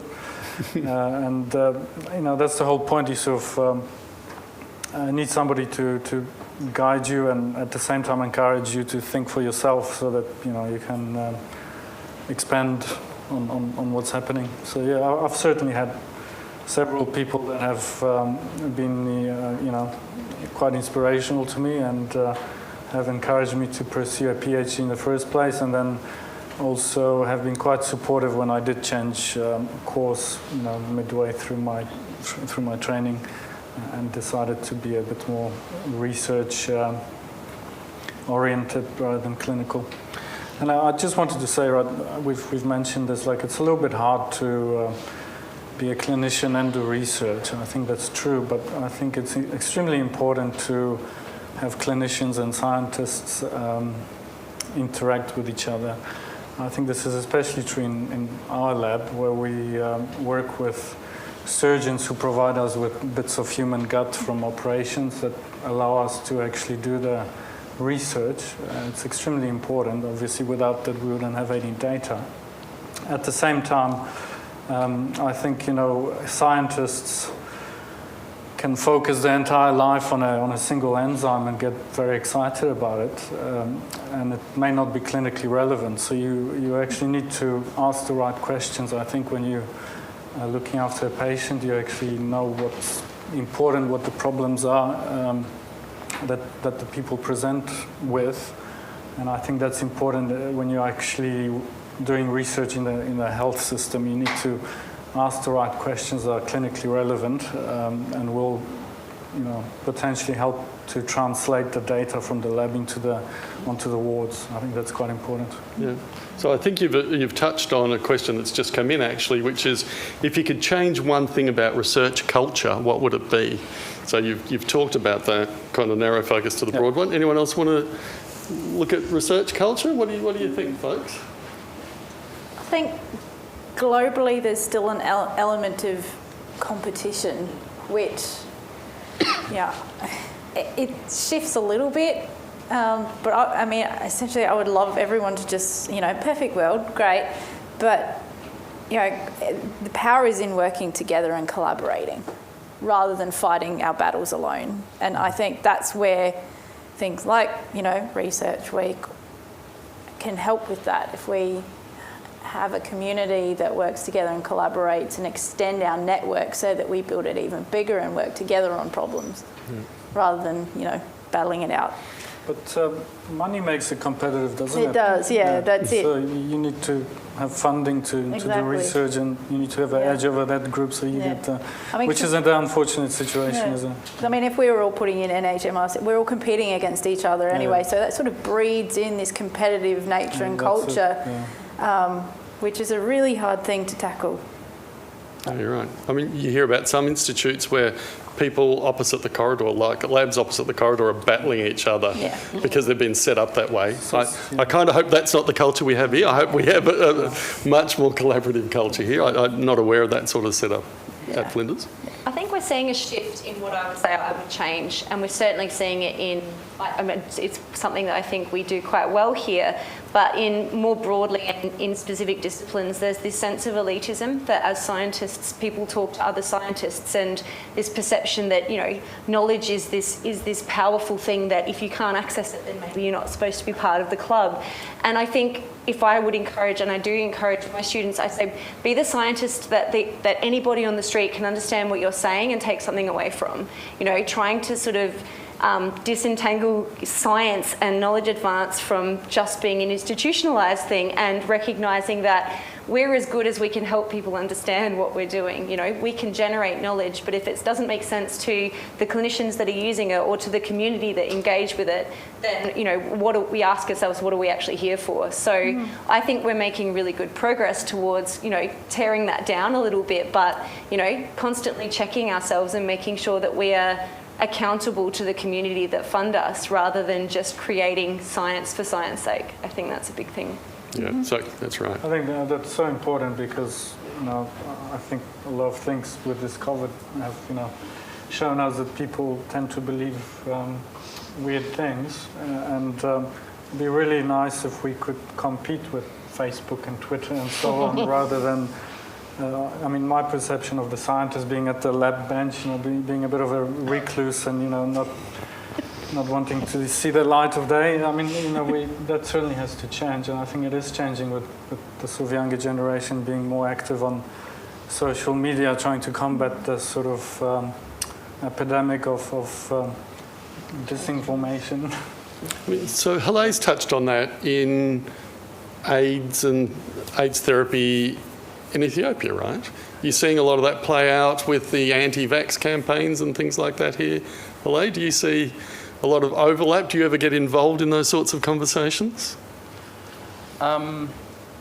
Yeah, because last time, I think 2 weeks ago, I gave an interview about the COVID vaccination, and we were accepting live questions, and there were like a number of misinformation about the COVID vaccination.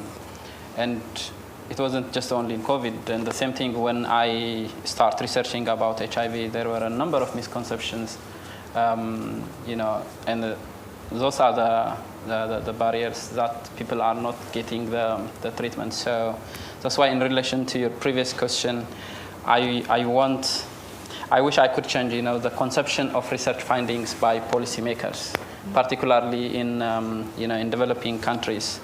It's just the politicians, develop the health policies that they don't have that knowledge, that they are not, based on the research findings. So, if I got a power, I wish I could change, the use of research findings by the policymakers. So I think that's the thing I would love to change. Yeah, thanks, Lee.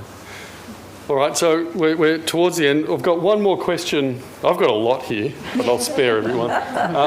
We've got one more here that's come online, and that is, how many HDR students should a supervisor take on? That's a bit random, but there we go. Let's have a go at that one.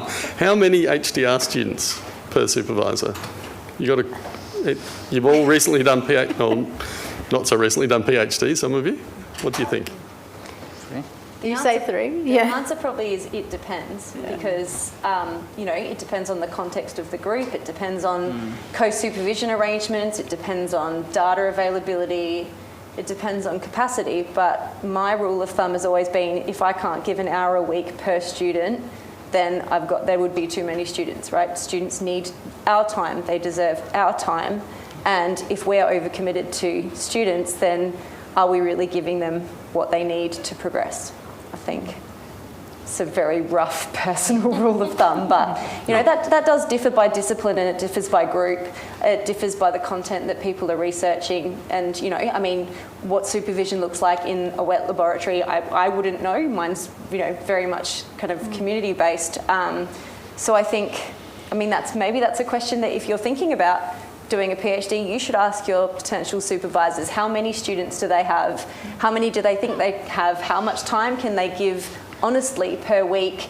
And what kind of student are you? Are you completely independent? Can you touch in, less frequently and still progress, or are you somebody who's going to need a lot more guidance and support through your PhD? I think there's lots of factors that determine that answer. Yeah, and for what it's worth, I think lab-based ones are even probably more intensive because there's the technical training as well.